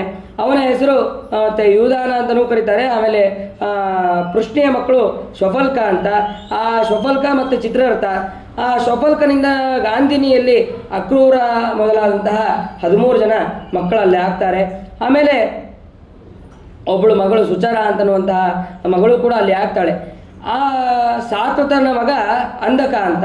ಆಮೇಲೆ ಈ ಕಡೆ ಕುಶರನ ವಂಶದಲ್ಲಿ ಆಹುಕ ಮತ್ತು ದೇವಕ, ಉಗ್ರಸೇನ. ಆ ದೇವಕನಿಗೆ ದೇವಾನ್, ಉಪದೇವ, ಸುದೇವ, ದೇವರ್ಧನ ಅಂತನ್ನುವಂತಹ 4 ಜನ ಮಕ್ಕಳಾಗ್ತಾರೆ. ಮತ್ತು ಧೃತದೇವ, ಶಾಂತಿದೇವ, ಉಪದೇವ, ಶ್ರೀದೇವ, ದೇವರಕ್ಷಿತ, ಸಹದೇವ, ದೇವಕಿ ಅಂತನ್ನುವಂತಹ 7 ಜನ ಕನ್ಯೆಯರು ಕೂಡ ಆಗ್ತಾರಲ್ಲಿ. ಈ 7 ಮಂದಿಯನ್ನು ವಸುದೇವನೇ ಮದುವೆ ಆಗ್ತಾನೆ. ಉಗ್ರಸೇನಿಗೆ ಕಂಸ, ಸುನಾಮ, ನೆಗ್ರೋಧ, ಕಂಕ, ಶಂಕು, ಸುಭು ಅಂತನ್ನುವಂತಹ ಅನೇಕ ಜನ ಮಕ್ಕಳಾಗ್ತಾರೆ. ಆಮೇಲೆ ರಾಷ್ಟ್ರಪಾಲ, ಅಬ್ಧಸೃಷ್ಟಿ, ತುಷ್ಟಿಮಾನ್ ಅಂತನ್ನುವಂತಹ 9 ಜನ ಮಕ್ಕಳಾಗ್ತಾರೆ. ಈ ಕಡೆ ಗಂಡು ಮಕ್ಕಳು ಕಂಸ, ಕಂಸವತಿ, ಕಂಕ, ಸುರಭು, ರಾಷ್ಟ್ರಮಾಲಿಕ ಅಂತನ್ನುವಂತಹ 5 ಜನ ಹೆಣ್ಮಕ್ಳು ಕೂಡ ಅಲ್ಲಿ ಆಗ್ತಾರೆ. ಗಂಡಸರು ಹೆಣ್ಣುಮಕ್ಕಳು ಇಬ್ಬರು ಕೂಡ ಆಗ್ತಾರೆ. ಅದಾದ ಮೇಲೆ ಅವರೆಲ್ಲರೂ ಕೂಡ ವಸುದೇವನ ತಮ್ಮಂದರನ್ನು, ಈ ಹೆಣ್ಣು ಮಕ್ಕಳು ವಸುದೇವನ ತಮ್ಮಂದರನ್ನು ಮದುವೆ ಆಗ್ತಾರೆ. ಈ ಕಡೆ ಸಾತ್ವತನ ಮಗ ಅಂಧಕ ಅಂತ, ಅವನ ಮಗನಾದಂತಹ ಭಜಮಾನನ ವಂಶದಲ್ಲಿ ಹೃದಿಕ ಅಂತನ್ನುವಂತಹ ಮಗ ಆಗ್ತಾನೆ. ಅವನ ಮಗ ದೇವಬಾಹು, ಶತಧನು, ಕೃತವರ್ಮ ಮತ್ತು ದೇವಮೀಡ ಮತ್ತು ಹೀಗೆ 4 ಜನ ಮಕ್ಕಳಾಗ್ತಾರೆ. ಈ ದೇವಮೀಡನ ಮಗನೇ ಶೂರ. ಇವನಿಗೆ ಮಾರೀಷ ಎಂಬಂತಹ ಪತ್ನಿಯಲ್ಲಿ ವಸುದೇವ, ದೇವಭಾಗ, ದೇವಶ್ರವಸ, ಆಮೇಲೆ ಅನಕಸೃಂಜಯ, ಶ್ಯಾಮಕ, ಕಂಕ, ಆನಿಕ, ವತ್ಸರ, ವೃಕ ಅಂತನ್ನುವಂತಹ 10 ಜನ ಮಕ್ಕಳಾಗ್ತಾರೆ. ಈ ವಸುದೇವ ಯಾವಾಗ ಅವನು ಅವತಾರ ಮಾಡ್ತಾನೋ, ಹುಟ್ಟಿದ ತಕ್ಷಣ ಎಲ್ಲ ಆನಕದುಂದುವಿಗಳು ಅಂದರೆ ಎಲ್ಲ ದೇವತೆಗಳ ವಾದ್ಯಗಳು, ಆ ವಾದ್ಯಗಳೆಲ್ಲವೂ ಕೂಡ ಮೊಳಗಿದವಂತೆ. ಯಾಕೆ ಅಂತಂದರೆ ಇವನಲ್ಲಿ ಸಾಕ್ಷಾತ್ ಭಗವಂತ ಅವತಾರ ಮಾಡ್ತಾನೆ ಅಂತ ಅನ್ನೋದನ್ನು ಮುಂದೆ ತಿಳಿಸೋದಕ್ಕೆ ವಸುದೇವನ ಜನ್ಮಕಾಲದಲ್ಲಿ ವಾದ್ಯಗಳ ಶ್ರವಣ ಆಗಿದೆ. ಆವಾಗ ಅವನಿಗೆ ಆನಕದುಂದುಬಿ ಅಂತನ್ನುವಂಥ ಹೆಸರು ಕೂಡ ಅವನಿಗೆ ಸಾರ್ಥಕವಾಗಿದೆ. ಅದಾದ ಮೇಲೆ ಅಲ್ಲಿ ಪೃಥ, ಶ್ರುತದೇವ, ಶ್ರುತಕೀರ್ತಿ, ಶ್ರುತಶ್ರವ, ರಾಜಾದಿದೇವಿ ಅಂತನ್ನುವಂತಹ 5 ಮಂದಿ ಮಕ್ಕಳು ಕೂಡ ಅಲ್ಲಿ ಹುಟ್ಟಿದ್ದಾರೆ. ಅವರನ್ನು ಈ ವಸುದೇವನೇ ಮದುವೆ ಆಗಿದ್ದಾನೆ. ಆಮೇಲೆ ಅವನು ಪೃಥ ಅಂತನ್ನುವಂತಹ ರಾಜ, ಅವನಿಗೆ ಪೃಥೆ, ಅವಳೇ ಕುಂತಿ. ಆ ಕುಂತಿ ಮಗಳಾಗಿದ್ದಾಗ ಕುಂತಿ ಭೋಜನಿಗೆ ಮಕ್ಕಳಿರೋದಿಲ್ಲ. ಮಕ್ಕಳಿಲ್ಲದೆ ಇರೋದಕ್ಕೆ ಆ ಕುಂತಿ ಭೋಜನಿಗೆ ತನ್ನ ಮಗಳನ್ನು ಕೊಟ್ಟಿರ್ತಾರೆ. ಅಲ್ಲಿ ದುರ್ವಾಸರು ಕೆಲವು ವರ್ಷಗಳ ಕಾಲ ನಾನು ಇಲ್ಲಿರ್ತೀನಿ ಅಂತ ಹೇಳಿ ಆ ಚಕ್ರವರ್ತಿಯ ರಾಜ್ಯದಲ್ಲಿ ಇರ್ತಾರೆ. ಆವಾಗ ಈ ಕುಂತಿ ಅವರ ಸೇವೆಯನ್ನು ಪರಿಪರಿಯಾಗಿ ಮಾಡಿದ್ದಕ್ಕೆ ಅವರ ಸೇವೆಗೆ ಸಂತುಷ್ಟರಾಗಿ ಅವರಿಗೆ ಉಪದೇಶವನ್ನು ಮಾಡಿರ್ತಾರೆ ಆ ಕುಂತಿಗೆ. ಅಲ್ಲಿ ನೀನು ಯಾವಾಗ ಸ್ಮರಣೆ ಮಾಡ್ತೀಯೋ ಎಲ್ಲ ದೇವತೆಗಳು ಕೂಡ ನಿನಗೆ ಒಂದು ಅನುಗ್ರಹವನ್ನು ಮಾಡ್ತಾರೆ ಅಂತನ್ನುವಂತಹ ಉಪದೇಶವನ್ನು ಮಾಡಿರ್ತಾರೆ. ಅದನ್ನು ಅವರ ಮಂತ್ರ ಇದು ಸರಿ ಇದೆಯೋ ಇಲ್ಲೋ ಅಂತ ಅದನ್ನು ಚೆಕ್ ಮಾಡೋದಕ್ಕೆ ಒಂದ್ಸತೆ ಸೂರ್ಯನನ್ನು ಬೇಡ್ತಾಳೆ. ಅವಾಗ ಅಲ್ಲಿ ಹುಟ್ಟಿದವನೇ ಕರ್ಣ ಅಂತನ್ನುವಂತಹ ವಿಷಯವನ್ನು ತಿಳಿಸ್ತಾರೆ. ಅದಾದ ಮೇಲೆ ಅಲ್ಲಿ ಸೂರ್ಯನನ್ನು ಕರೆದ ಮೇಲೆ ಹೇಳ್ತಾಳೆ, ನಾನು ಕ್ಷಮಿಸು ನನ್ನನ್ನು, ನಾನು ಈ ಮಂತ್ರದ ಸಿದ್ಧಿ ಸರಿ ಇದೆಯೋ ಇಲ್ಲೋ ಅದನ್ನು ಪರೀಕ್ಷೆಗಾಗಿ ನಾನು ಕರೆದಿದ್ದು, ಹಾಗಾಗಿ ನನ್ನ ಕ್ಷಮಿಸು ಅಂತ ಹೇಳ್ತಾಳೆ. ಅವನನ್ನೇ ಅತಿರಥ ಅಂತ ಅವನು ಕರ್ಕೊಂಡು ಹೋಗ್ತಾನೆ. ಅದಾದ ಮೇಲೆ ಶ್ರುತದೇವಿಯನ್ನು ಕರುಷಾಧಿಪತಿಯಾದಂತಹ ವೃದ್ಧಶರ್ಮ ಅವನು ಮದುವೆ ಆಗ್ತಾನೆ. ಅವಳಲ್ಲಿ ದಂತವಕ್ರ ಅವನು ಅಲ್ಲಿ ಹುಡ್ತಾನೆ. ಶ್ರುತಕೀರ್ತಿಯನ್ನು ಕೇಕೆಯಾಧಿಪತಿಯಾದಂತಹ ದೃಷ್ಟಕೇತು ಮದುವೆಯಾಗಿ ಅಲ್ಲಿ ಸಂತರ್ಧನ ಮುಂತಾದಂತಹ 5 ಜನ ಮಕ್ಕಳನ್ನು ಪಡಿತಾರೆ. ಇನ್ನು ರಾಜಾದಿ ದೇವಿಯಲ್ಲಿ ಜಯತ್ಸೇನ ಅವಂತ ದೇಶಾಧಿಪತಿಯಾದಂತಹ ಅನುವಿಂದರನ್ನು ಅಲ್ಲಿ ಹುಟ್ಟಿಸ್ತಾರೆ. ಆಮೇಲೆ ಶ್ರುತಶ್ರೇವೆಯಲ್ಲಿ ಚೇದು ದೇಶಾಧಿಪತಿಯಾದಂತಹ ಜಮಘೋಷ, ಅವನಿಗೆ ಶಿಶುಪಾಲ ಅಂತನವನು ಅಲ್ಲಿ ಹುಡ್ತಾನೆ. ಆಮೇಲೆ ಕಂಸವತಿಯಲ್ಲಿ ವಸುದೇವ ಸೋದರನಾದಂತಹ ದೇವಶ್ರವ, ಅವನಿಗೆ ಸುವೀರ ವಿಶುಮಾನ್ ಅಂತನ್ನುವಂತಹ ಮಕ್ಕಳು ಅಲ್ಲಿ ಆಗ್ತಾರೆ. ಆಮೇಲೆ ಕಂಕೆಯಲ್ಲಿ ಆನಕನಿಂದ ಸತ್ಯಜಿತ್ತ ಪುರಜಿತ್ತ ಅಂತನ್ನುವಂತಹ ಮಕ್ಕಳು ಕೂಡ ಅಲ್ಲಿ ಆಗ್ತಾರೆ.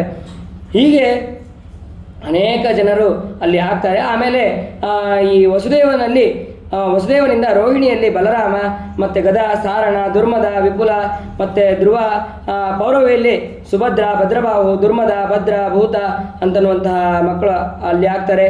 ಆಮೇಲೆ ಮದಿರೆಯಲ್ಲಿ ನಂದ, ಉಪನಂದ, ಕೃತಕ, ಶೂರ ಮುಂತಾದವರು ಆಗ್ತಾರೆ. ಆಮೇಲೆ ಭದ್ರೆಯಲ್ಲಿ ಕೇಶಿ, ರೋಚನ, ಹಸ್ತ, ಹೇಮಾಂಗದ ಮುಂತಾದವರು ಅಲ್ಲಿ ಆಗ್ತಾರೆ. ಅದಾದ ಮೇಲೆ ಇಲೆಯಲ್ಲಿ ಪುರುವಲ್ಕ ಇವರೇ ಮೊದಲಾದಂತಹ ಅವರು ಅಲ್ಲಿ ಆಗ್ತಾರೆ. ಧೃತದೇವಿಯಲ್ಲಿ ತ್ರಿಪೃಷ್ಟ, ಶಾಂತಿದೇವಿಯಲ್ಲಿ ಪ್ರಶ್ರಮ, ಪ್ರಶ್ರಯಿತ, ಆಮೇಲೆ ಇವರೇ ಮೊದಲಾದವರು ಅಲ್ಲಿ ಆಗ್ತಾರೆ. ಉಪದೇವಿಯಲ್ಲಿ ಕಲ್ಪ, ವರ್ಷ ಅವರೇ ಮೊದಲಾದ 10 ಜನ ಮಕ್ಕಳು ಅಲ್ಲಿ ಆಗ್ತಾರೆ. ಇವರೆಲ್ಲ ಈ ವಸುದೇವನ ಪತ್ನಿಯರು, ಇವರು ಅಂದರೆ ಕಶ್ಯಪ ಋಷಿಗಳ ಪತ್ನಿಯರೇ.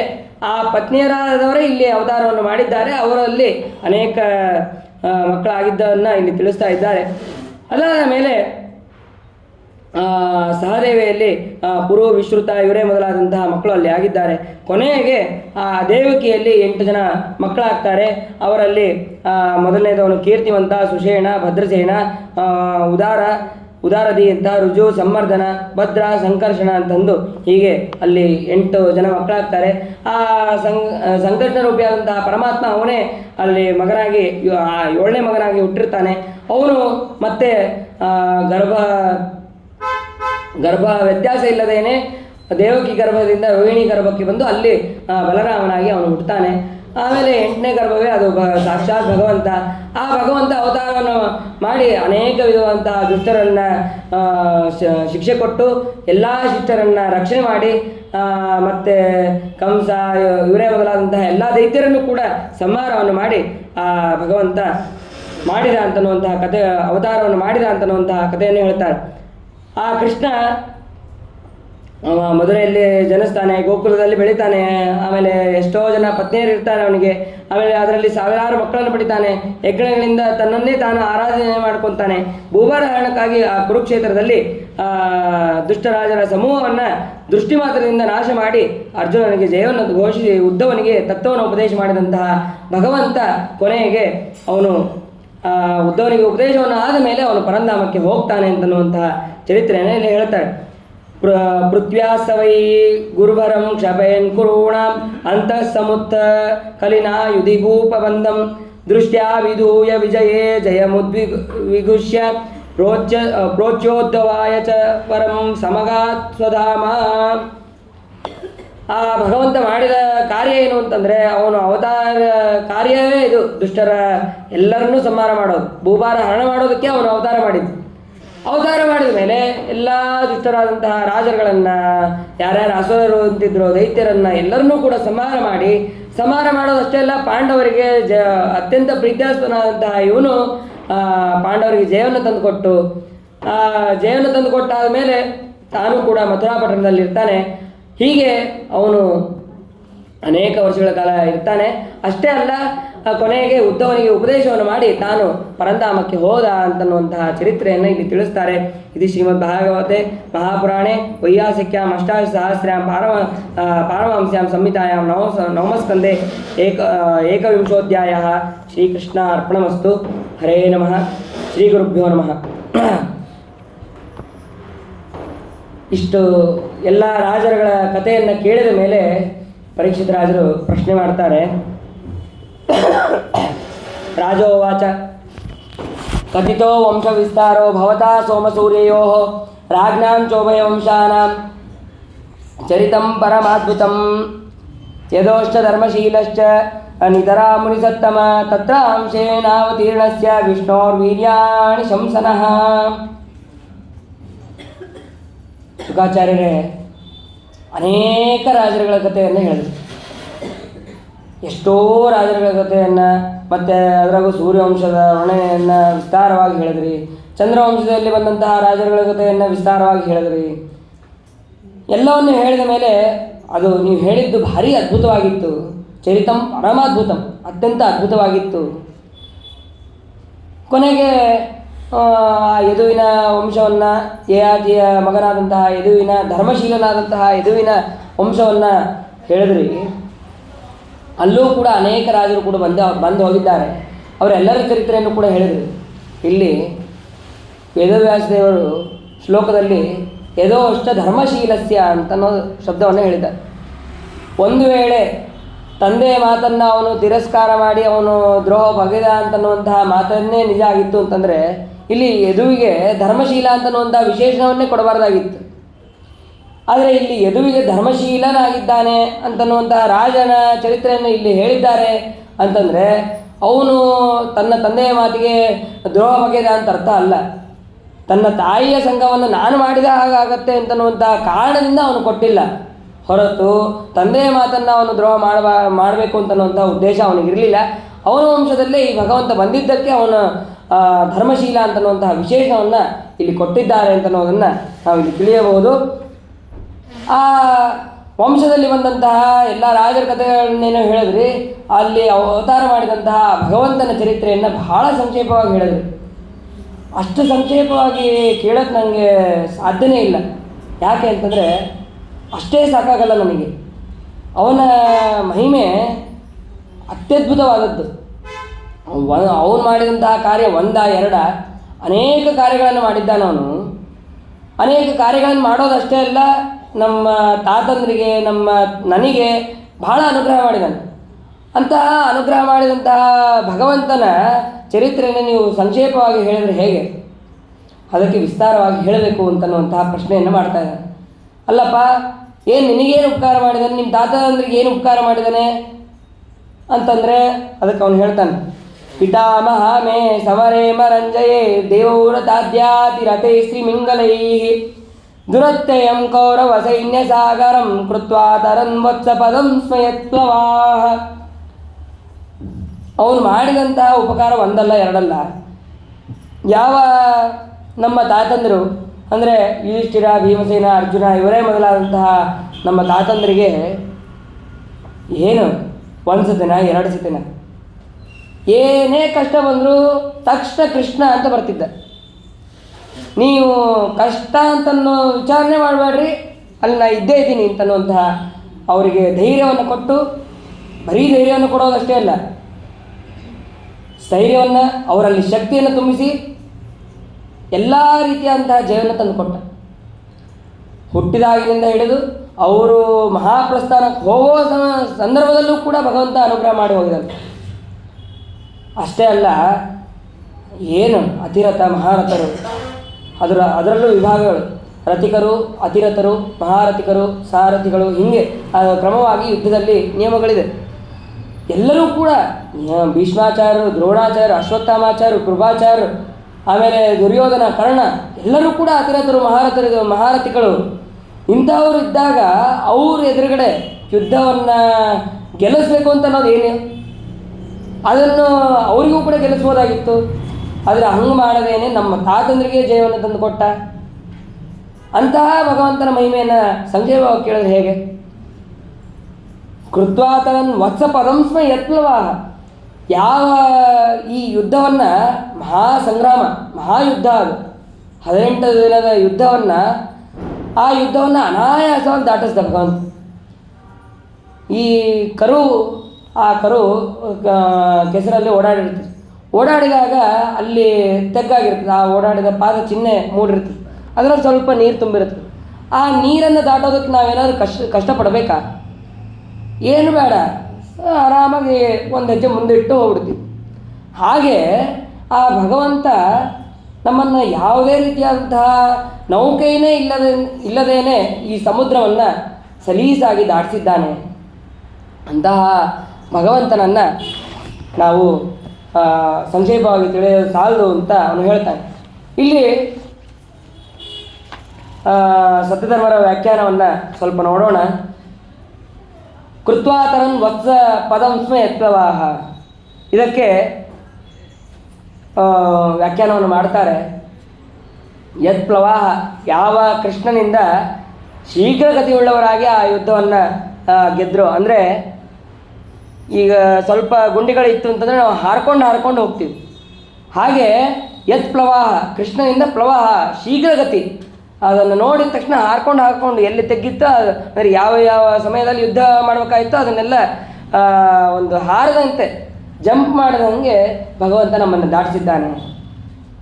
ಅಥವಾ ಯತ್ ಪ್ರವಾಹ, ಪ್ರವಾಹ ಅಂತಂದರೆ ಇಲ್ಲಿ ಶಬ್ದ ಅಂತ ಅರ್ಥ.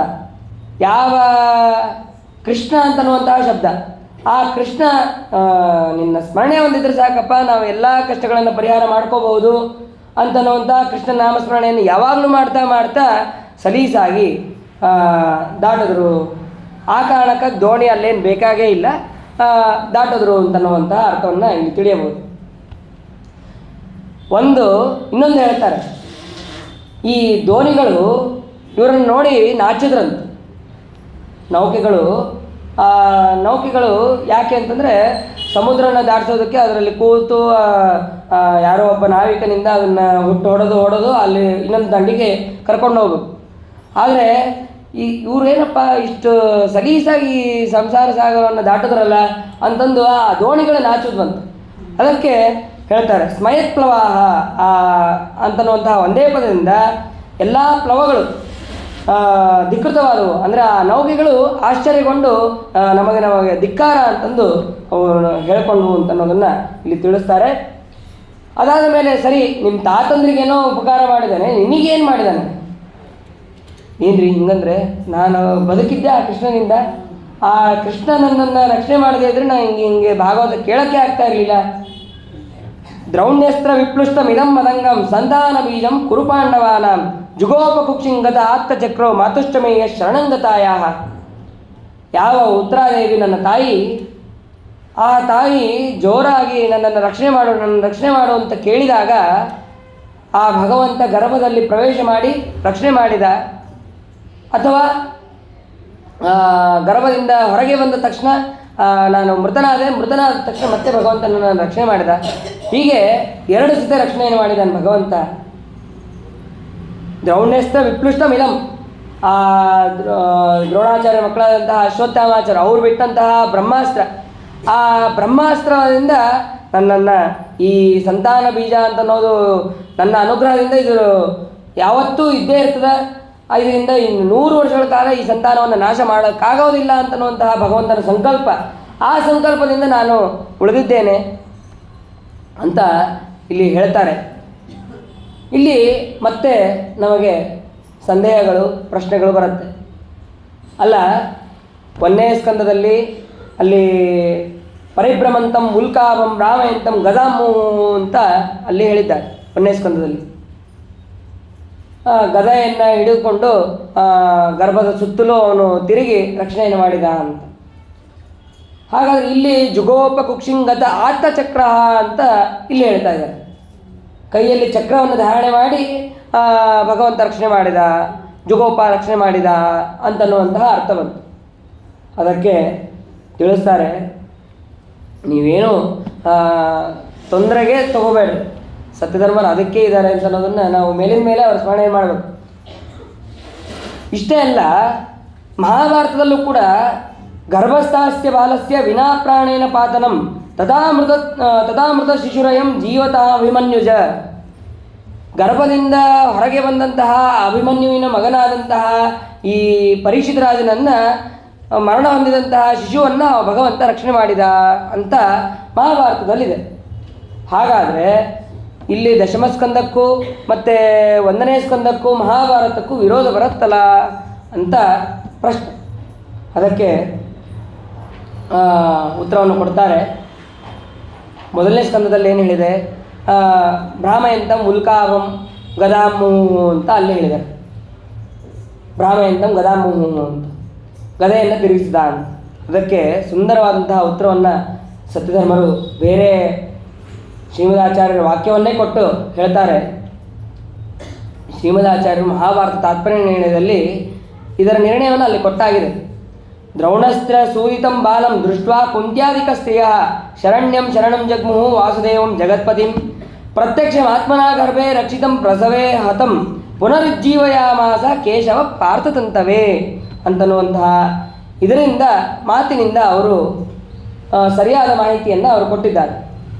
ಏನು ಗರ್ಭದಲ್ಲಿರುವಂತಹ ಶಿಶು ಸಾಯದಿರುವಂತೆ ಗರ್ಭದಲ್ಲಿ ನಿಂತು ರಕ್ಷಣೆ ಮಾಡಿದ. ಪ್ರತ್ಯಕ್ಷ ಆತ್ಮನ ಗರ್ಭೇ ರಕ್ಷಿತಂ ಪ್ರಸವೇ ಹತಂ ಅಂತನ್ನುವಂತಹ ಶಬ್ದದಿಂದ ಶ್ರೀಮದಾಚಾರ್ಯ ತಿಳಿಸಿದ್ರು. ಆಮೇಲೆ ಪುನರುಜ್ಜೀವಯ ಮಾಸ ಕೇಶವ ಪಾರ್ಥಂತವೇ ಅಂತನ್ನುವಂತಹ ಮಾತಿನಿಂದ ಹೊರಗೆ ಬಂದ ಮೇಲೆ ಮತ್ತೆ ಅವನನ್ನು ರಕ್ಷಣೆ ಮಾಡಿದ ಅಂತನ್ನೋದು ತಿಳಿಸಿದ್ರು.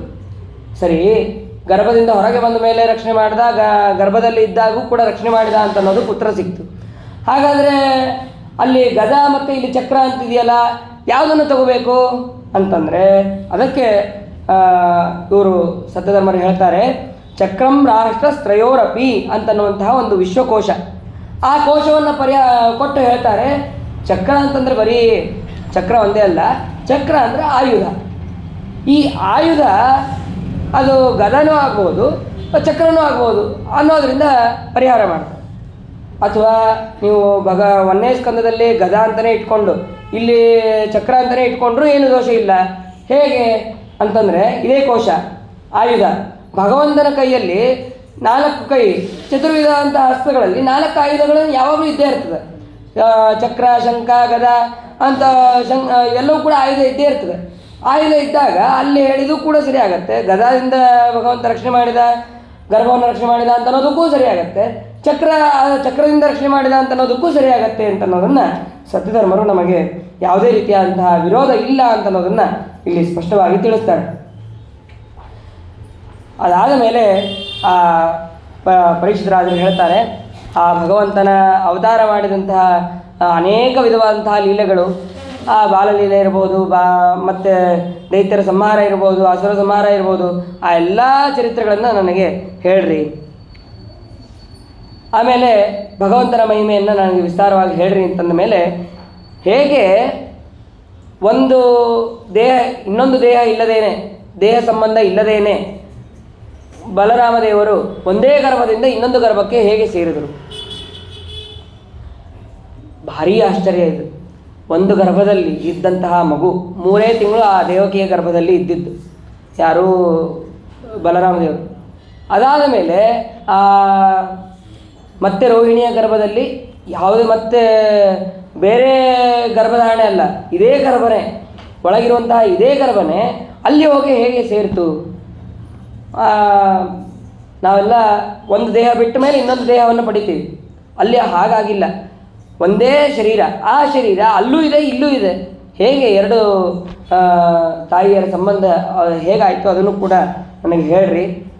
ಒಂದು ದೇಹ ಇಲ್ಲದೇನೆ ಗರ್ಭ ಸಂಬಂಧ ಅನ್ನೋದು ಹೇಗಾಯಿತು ಅನ್ನೋದನ್ನು ಹೇಳ್ರಿ. ಆಮೇಲೆ ವ್ರಜೇ ವಸನ್ ಕಿಮಕರೋನ್ ಮಧುಪುರ್ಯಾಂಚ ಕೇಶವ, ಆ ಭಗವಂತ ಗೋಕುಲದಲ್ಲಿ ಇದ್ದು ಭಗವಂತ ಏನೇನು ಲೀಲೆಗಳನ್ನು ಮಾಡಿದ. ಆಮೇಲೆ ಮಧುಪುರಿ, ಆ ಮಥುರಾ ಪಟ್ಟಣಕ್ಕೆ ಹೋಗಿ ಭಗವಂತ ಏನೇನು ಲೀಲೆಗಳನ್ನು ಮಾಡಿದ ಅದನ್ನು ಕೂಡ ಹೇಳ್ರಿ. ಯಾವ ಕಾರಣಕ್ಕೆ ಅವನು ಕಂಸನನ್ನು ಸಂಹಾರ ಮಾಡಿದ, ಸೋದರ ಮಾವನನ್ನು ಸಂಹಾರ ಮಾಡಬಾರ್ದು, ಅಂತಹ ಸೋದರ ಮಾವ ಅವನು ತಂದೆಯ ಸ್ಥಾನವನ್ನು ತುಂಬುವನು, ಅಂತಹ ತಂದೆಗೆ ಸಮಾನನಾದಂತಹ ಕಂಸನನ್ನು ಯಾಕೆ ಸಂಹಾರ ಮಾಡಿದ. ಆಮೇಲೆ ಈ ಮನುಷ್ಯ ದೇಹದಲ್ಲಿ ಆ ಭಗವಂತ ಅವತಾರ ಮಾಡಿ ಎಷ್ಟು ವರ್ಷಗಳ ಕಾಲ ಭೂಮಿಯ ಮೇಲೆ ಇದ್ದ ಅದನ್ನು ಕೂಡ ವಿಸ್ತಾರವಾಗಿ ನನಗೆ ಹೇಳಬೇಕು. ದೇಹಂ ಮನುಷ್ಯಮಾಶ್ರಿತ್ಯ ಕತಿ ವರ್ಷಾಣಿ ವೃಷ್ಣಿಭಿ, ಈ ವೃಷ್ಣಿಗಳ ಜೊತೆಗೆ ಆ ಭಗವಂತ ಎಷ್ಟು ವರ್ಷಗಳ ಕಾಲ ಅವನು ಭೂಮಿಯ ಮೇಲಿದ್ದ ಅದನ್ನು ಕೂಡ ಹೇಳ್ರಿ. ಅಲ್ಲಪ್ಪ, ಶುಕಾಚಾರ್ಯ ಹೇಳ್ತಾರೆ, ಈಗ ಒಂದು 4 ದಿವಸ ಆಗಿರ್ಬೋದು, ಶುಕಾಚಾರ್ಯ ಪರೀಕ್ಷಿತರಾಜನಿಗೆ ಉಪದೇಶ ಮಾಡ್ತಾ, ನಿನಗೆ ನೀರಡಿಕೆ ಆಗ್ತಾ ಇದೆಯೇನೋ, ಸ್ವಲ್ಪ ಇಲ್ಲೇ ಗಂಗಾ ನದಿ ಇದೆ, ನೀರು ಕುಡಿ, ಒಂದು ಸ್ವಲ್ಪ ಹಣ್ಣು ಹಾಲು ಏನಾರು ತಗೋ ಅಂತಂದರು. ಅದಕ್ಕೆ ಪರೀಕ್ಷಿತರಾಜರು ಹೇಳಿದ್ರು, ಪಿಮಂತಂ ತೊನ್ಮುಖಾಂಬೋಜಾಂ ಸುತಂ ಹರಿಕಥಾಮೃತಂ, ನನಗೆ ಹಸಿವೆ ಆಗ್ತಾಯಿದೆ, ನೀರಡಿಕೆ ಆಗ್ತಾಯಿದೆ ಅಂತ ಇದು ಯಾವುದು ತಿಳ್ಕೊಳ್ಳೋಕ್ಕೆ ಹೋಗಬೇಡ್ರಿ ನೀವು. ಯಾಕೆ ಅಂತಂದರೆ ನಿಮ್ಮ ಮುಖಕಮಲದಿಂದ ಭಗವಂತನ ಕಥಾಮೃತವನ್ನು ನಾನು ಪಾನ ಮಾಡ್ತಾ ಇರೋದ್ರಿಂದ ನನಗೆ ಹಸಿವೆ ಇಲ್ಲ, ನೀರಡಿಕೆ ಇಲ್ಲ, ಏನೇನೇನೂ ಇಲ್ಲ. ಅಂತಹ ಭಗವಂತನ ಮಹಿಮೆಯನ್ನು ನನಗೆ ವಿಸ್ತಾರವಾಗಿ ಹೇಳ್ರಿ ಅಂತ ಹೇಳ್ತಾರೆ. ಹೇಳಿದ ಮೇಲೆ ಶುಕಾಚಾರ್ಯರು ಉತ್ತರವನ್ನು ಕೊಡೋದಕ್ಕೆ ಪ್ರಾರಂಭ ಮಾಡ್ತಾರೆ. ಸಮ್ಯಕ್ ವ್ಯವಸ್ಥಿತ ಬುದ್ಧಿ ತವ ರಾಜರ್ಷಿ ಸತ್ತಮ ವಾಸುದೇವ ಕಥಾಯ ಅಂತೆ ಯತ್ ಜಾತ ನೈಷ್ಠಿಕೀರತಿ. ನಿನಗೇನು ಈ ಭಗವಂತನಲ್ಲಿ ಮನಸ್ಸು ಅಥವಾ ಭಗವಂತನಲ್ಲಿ ಆಸಕ್ತಿ ಅಂತ ಅನ್ನೋದು ಏನು ರತಿ ಅಂತ ಅನ್ನೋದು ಏನಿದೆಯಲ್ಲ, ಇದು ನಿನಗೆ ಯಾರೋ ಹೇಳಿಕೊಟ್ಟಿದ್ದಲ್ಲ, ಇದು ಸ್ವಾಭಾವಿಕವಾದದ್ದಿದು. ನಿನ್ನ ತಾತಂದರೂ ಕೂಡ ಇದೇ ರೀತಿಯಾದಂತಹ ಇನ್ನೂ ಜಾಸ್ತಿ ಆದಂತಹ ಭಕ್ತಿಯನ್ನು ಅವ್ರು ಮಾಡ್ತಾಯಿದ್ರು. ಅವರ ಅನುಗ್ರಹದಿಂದ ನೀನು ಕೂಡ ಸ್ವಾಭಾವಿಕವಾದಂತಹ ಭಗವಂತನಲ್ಲಿ ರತಿ ಅಂತ ಅನ್ನೋದನ್ನು ಇಟ್ಟಿದ್ದಿ ಅಂತ ಅನ್ನೋದನ್ನು ಅವರು ತಿಳಿಸಿ ಹೇಳ್ತಾರೆ. ನೀನು ಭಗವಂತನ ವಿಷಯದಲ್ಲಿ ಪ್ರಶ್ನೆಯನ್ನು ಮಾಡಿದ್ದಿ. ಈ ಪ್ರಶ್ನೆ ಮಾಡಿದ್ದು 3 ಜನರನ್ನು ಉದ್ಧಾರ ಮಾಡ್ತದೆ. ವಕ್ತಾರಂ, ಪೃಚ್ಛಕಂ, ಶ್ರೋತೃಂ ತತ್ಪಾದ ಸಲಿಲಂ ಯಥಾ. ಯಾವ ರೀತಿಯಾಗಿ ಗಂಗಾ ನದಿ 3 ಜನರನ್ನು ಪುನೀತರನ್ನಾಗಿ ಮಾಡ್ತದೋ ಅದೇ ರೀತಿಯಾಗಿ ಭಗವಂತನ ಮಹಿಮೆಯೂ ಕೂಡ ಹೇಳುವವರು, ಕೇಳುವವರು ಮತ್ತು ಯಾರು ಹೇಳಿಸ್ತಾ ಇರ್ತಾರೋ ಅವರು ಕೂಡ ಪುನೀತರಾಗಿ ಆಗ್ತಾರೆ. ಗಂಗಾ ನದಿ ಯಾರೋ ಒಬ್ರು ಬಂದು ಕೇಳ್ತಾರೆ, ಗಂಗಾ ನದಿ ಎಲ್ಲದರಿ ಅಂತ ಹೇಳಿದಾಗ, ಇಲ್ಲ ಹಿಂಗೆ ಸ್ವಲ್ಪ ಮುಂದೆ ಹೋಗ್ರಿ, ಅಲ್ಲಿ ಗಂಗಾ ನದಿ ನಿಮಗೆ ಸಿಗತ್ತೆ ಅಂತ ಕಾಶಿಯಲ್ಲೋ ಹರಿದ್ವಾರದಲ್ಲೋ ಇಷ್ಟು ಹೇಳ್ತಾರೆ. ಹೇಳಿದಾಗ ಇವರಿಬ್ಬರ ಸಂವಾದವನ್ನು ಯಾರೋ 3ನೇ ವ್ಯಕ್ತಿ ಏನೂ ಗೊತ್ತಿರೋದಿಲ್ಲ ಅವನಿಗೆ. ಅವರಿಬ್ಬರು ಏನು ಮಾತಾಡ್ತಿದ್ದಾರೆ ಅಂತ ಏನೂ ಗೊತ್ತಿರೋದಿಲ್ಲ. ಗಂಗಾ ನದಿ ಅಂತ ಇಲ್ಲಿ ಹೋಗು ಇಷ್ಟನ್ನೇ ಕೇಳಿಸಿರ್ತದೆ ಅವರಿಗೆ. ಅಂತಹ ಕೇಳಿದಂತಹ ವ್ಯಕ್ತಿಗೂ ಕೂಡ ಪುನೀತಳನ್ನಾಗಿ ಮಾಡ್ತದೆ ಆ ಗಂಗಾ. ಹಾಗೆ ಈ ಭಗವಂತನ ಮಹಿಮೆ ಅಂತ ಅನ್ನೋದು ಕೂಡ 3 ವಿಧವಾದಂತಹ ಜನರನ್ನು ಪುನೀತರನ್ನಾಗಿ ಮಾಡುತ್ತೆ ಅಂತ ಅನ್ನೋದನ್ನು ಇಲ್ಲಿ ತಿಳಿಸ್ತಾರೆ. ಅದಾದ ಮೇಲೆ ಆಯಿತು, ಭಗವಂತನ ಚರಿತ್ರೆಯನ್ನು ಹೇಳ್ತೀನಿ. ಯಾಕೆ ಭಗವಂತ ಅವತಾರ ಮಾಡಿದ ಅಂತಂದರೆ, ಬಹಳ ಎಲ್ಲ ಭೂಮಿ ಮೊದಲು ಒದ್ದಾಡೋದೇ ಭೂಭಾರ ಹಣಕ್ಕಾಗಿ. ಅವಳ ಮೇಲೆ ಅನೇಕ ರಾಜರೆಲ್ಲರೂ ಕೂಡ ಇರ್ತಾರೆ, ಎಲ್ಲ ದುಷ್ಟರು. ಒಂದು ಯಜ್ಞಯಾಗಾದಿಗಳು ಸರಿಯಾಗಿ ನಡೆಯೋದಿಲ್ಲ, ಆಮೇಲೆ ಬೆಳೆಗಳನ್ನು ಬೆಳೆದ ಮೇಲೆ ಅದನ್ನು ಸರಿಯಾಗಿ ಹವಿಸ್ಸಿಗೆ ಉಪಯೋಗಿಸೋದಿಲ್ಲ. ಹೀಗೆ ಆ ಭೂದೇವಿ ಬಹಳ ದುಃಖಿತಳಾಗಿರ್ತಾಳೆ. ಆ ದುಃಖಿತಳಾದಾಗ ಅವಳು ಗೋರೂಪವನ್ನು ಧಾರಣೆ ಮಾಡಿ ಬ್ರಹ್ಮದೇವರ ಹತ್ರ ಹೋಗ್ತಾಳೆ. ಬ್ರಹ್ಮದೇವರ ಹತ್ರ ಹೋದಾಗ ಅಲ್ಲಿ ಬ್ರಹ್ಮದೇವರ ಹತ್ರ ಹೇಳ್ತಾಳೆ, ಯಾಕೆ ಭೂದೇವಿ ಯಾಕೆ ಅಲ್ಲಿ ಹೋದ್ಲು ಅಂತಂದರೆ, ಅದಕ್ಕೆ ರುಕ್ಮಿಣೀಶದಲ್ಲಿ ಹೇಳ್ತಾರೆ, ಭಗವಂತನ ಪತ್ನಿ ಭೂದೇವಿ ಪತಿವ್ರತಾನಾಂ ಪತಿನಿಂದಕೇಭ್ಯ ಅಪರಕ್ವಭಾರ. ಆ ಪತಿವ್ರತ ಸ್ತ್ರೀಯರಿಗೆ ಈ ಪತಿಗಳನ್ನು ಯಾರು ನಿಂದೆ ಮಾಡ್ತಾ ಇರ್ತಾರೋ ಅವರನ್ನು ಸಹಿಸೋದಕ್ಕಾಗೋದಿಲ್ಲ. ಅದಕ್ಕೆ ಗೋರೂಪವನ್ನು ಧಾರಣೆ ಮಾಡಿ ಭೂದೇವಿ ತನ್ನ ಪತಿಯಾದಂತಹ ಭಗವಂತನನ್ನು ನಿಂದೆ ಮಾಡೋದು ತಡೆಯೋಕ್ಕಾಗದೇನೆ ಬ್ರಹ್ಮದೇವರ ಹತ್ರ ಹೋದರು ಅಂತ ಅನ್ನೋದನ್ನು ಅಲ್ಲಿ ತಿಳಿಸ್ತಾರೆ. ಸರಿ, ಅಲ್ಲಿ ಹೋದ ಮೇಲೆ ಆ ಬ್ರಹ್ಮದೇವರು ಆ ಗೋರೂಪಧರಾದಂತಹ ಭೂದೇವಿ ಮತ್ತು ಎಲ್ಲ ದೇವತೆಗಳನ್ನು ಕರೆದುಕೊಂಡು ಭಗವಂತನ ಹತ್ರ ಹೋಗ್ತಾರೆ. ಭಗವಂತನ ಹತ್ರ ಹೋಗಿ ಭಗವಂತನನ್ನು ಪುರುಷ ಸೂಕ್ತದಿಂದ ಸ್ತೋತ್ರ ಮಾಡ್ತಾರೆ. ಪುರುಷ ಸೂಕ್ತೇನ ಉಪತಸ್ಥೆ ಸಮಾಹಿತ. ಭಗವಂತನನ್ನು ಒಲಿಸ್ಕೋಬೇಕು ಅಂತಂದರೆ ಆ ಪುರುಷ ರೂಪಿಯಾದಂತಹ ಪರಮಾತ್ಮನನ್ನು ಪುರುಷ ಸೂಕ್ತದಿಂದ ನಾವು ಪಠಣ ಮಾಡಬೇಕು, ಸ್ತೋತ್ರ ಮಾಡಬೇಕು. ಯಾಕೆ ಅಂತಂದರೆ ಆ ಪುರುಷ ಸೂಕ್ತದಲ್ಲಿ ಎಲ್ಲ ಅರ್ಥಗಳು ಕೂಡ ಅದರಲ್ಲಿ ಇದೆ. ಲೌಕಿಕ, ವೇದಿಕ, ಭಿನ್ನ, ವರ್ಣಾತ್ಮಕ, ಧ್ವನ್ಯಾತ್ಮಕ, ಅಶೇಷ ಶಬ್ದಾರ್ಥ, ಸಕಲ ಋಗಾದಿ ಸರ್ವ ವೇದಾರ್ಥ ಅದೆಲ್ಲವೂ ಕೂಡ ಈ ಪುರುಷ ಸೂಕ್ತದಲ್ಲಿದೆ. ಆ ಪುರುಷ ಸೂಕ್ತದ ಅರ್ಥ ಗಾಯತ್ರಿ, ಆ ಗಾಯತ್ರಿಯ ಅರ್ಥ ಓಂ ಅಂತನ್ನುವಂಥ ಅಕಾರ, ಉಕಾರ, ಮಕಾರ ಇವುಗಳಲ್ಲಿ ಅದೆಲ್ಲವೂ ಕೂಡ ಇದೆ. ಅಷ್ಟು ಆ ಪುರುಷ ಸೂಕ್ತಿಯ ಪ್ರೀತಿಯಾದಂತಹ ಪರಮಾತ್ಮ ಅಲ್ಲಿ ಪ್ರತ್ಯಕ್ಷನಾಗಿದ್ದಾನೆ. ಪ್ರತ್ಯಕ್ಷ ಆದ ಮೇಲೆ ಅವಾಗ ಏನಪ್ಪ ಇಲ್ಲ, ಹೀಗೆ ಭೂಮಿಯ ಮೇಲೆ ಮತ್ತೆ ರಾಕ್ಷಸರೆಲ್ಲರೂ ದೈತ್ಯರೆಲ್ಲರೂ ಕೂಡ ಜಾಸ್ತಿ ಆಗಿದ್ದಾರೆ, ಆ ಭೂಭಾರ ಹರಣಕ್ಕಾಗಿ ನೀನು ಅವತಾರವನ್ನು ಮಾಡಬೇಕು. ಅವತಾರವನ್ನು ಮಾಡಿದಾಗ ಹಾಗಾದರೆ ಎಲ್ಲಿ ಮಾಡಬೇಕು ಏನು? ಇಲ್ಲ, ಆ ಯದುವಿನ ವಂಶದಲ್ಲಿ ಆ ಶೂರ ಮಹಾರಾಜನ ಮಗನಾಗಿ ಆನಕದುಂದುಭಿ ಇದ್ದಾನೆ, ಅಂದರೆ ವಸುದೇವ ಇದ್ದಾನೆ. ಅವನಲ್ಲಿ ಅವರು ಕಶ್ಯಪರು ಮತ್ತು ಅದಿತಿ ದೇವಿ ಅವರು ತಪಸ್ಸನ್ನು ಮಾಡಿ ನಿನ್ನನ್ನು ಮಗನಾಗಿ ಪಡಿಬೇಕು ಅಂತ ಅವರು ತಪಸ್ಸನ್ನು ಮಾಡಿದ್ದಾರೆ. ಹಾಗಾಗಿ ನೀನು ವಾಸುದೇವ ಗೃಹೇ ಸಾಕ್ಷಾತ್ ಭಗವಾನ್ ಪುರುಷಪ್ರಹ ನೀನು ಅವತಾರ ಮಾಡಬೇಕು ಅಂತ ಅನ್ನೋದನ್ನು ಬ್ರಹ್ಮದೇವರು ಪ್ರಾರ್ಥನೆ ಮಾಡ್ತಾರೆ. ಪ್ರಾರ್ಥನೆ ಮಾಡಿದ ಮೇಲೆ ಸರಿ ಆಯಿತು, ಹಾಗೆ ಆಗಲಿ ಅಂತೇಳಿ ಭಗವಂತ ಅನುಗ್ರಹ ಮಾಡ್ತಾನೆ. ಈ ಭಗವಂತ ಅನುಗ್ರಹ ಮಾಡಿದ್ದು, ಭಗವಂತ ಹೇಳಿದಂತಹ ಮಾತುಗಳು ಬ್ರಹ್ಮದೇವರಿಗೆ ಬಿಟ್ಟು ಬೇರೆ ಯಾರಿಗೂ ಕೂಡ ಕೇಳಿಸೋದಿಲ್ಲ. ಏನು ಆ ಭಗವಂತನ ಭಗವಂತನ ಧ್ಯಾನ ಮಾಡಬೇಕಾದ್ರೆ ಯೋಗ್ಯತೆ ಎಷ್ಟು ಮುಖ್ಯ, ಬ್ರಹ್ಮದೇವರಿಗೆ ಮಾತ್ರ ಆ ಯೋಗ್ಯತೆ ಕೊಟ್ಟಿದ್ದಾನೆ. ಬೇರೆ ಯಾವ ದೇವತೆಗಳು ಕೂಡ ಶಬ್ದವೂ ಕೂಡ ಕೇಳಿಸೋದಿಲ್ಲ. ಕೆಲವೊಮ್ಮೆ ಕೇಳಿಸೋ ಹಾಗೆ ಮಾಡ್ತಾನೆ, ಕೆಲವೊಮ್ಮೆ ಕೇಳಿಸೋ ಹಾಗೆ ಅನುಗ್ರಹವನ್ನು ಮಾಡೋದಿಲ್ಲ. ಬ್ರಹ್ಮದೇವರಿಗೆ ಮಾತ್ರ ಯಾವಾಗಲೂ ಭಗವಂತನ ಸ್ಮರಣೆ ಆಗ್ತಾ ಇರ್ತದೆ, ಭಗವಂತನ ಧ್ಯಾನವನ್ನು ಮಾಡ್ತಾ ಇರ್ತಾರೆ ಅಂತ ಅನ್ನೋದನ್ನು ಕೂಡ ನಾವು ಇಲ್ಲಿ ತಿಳಿಯಬಹುದು.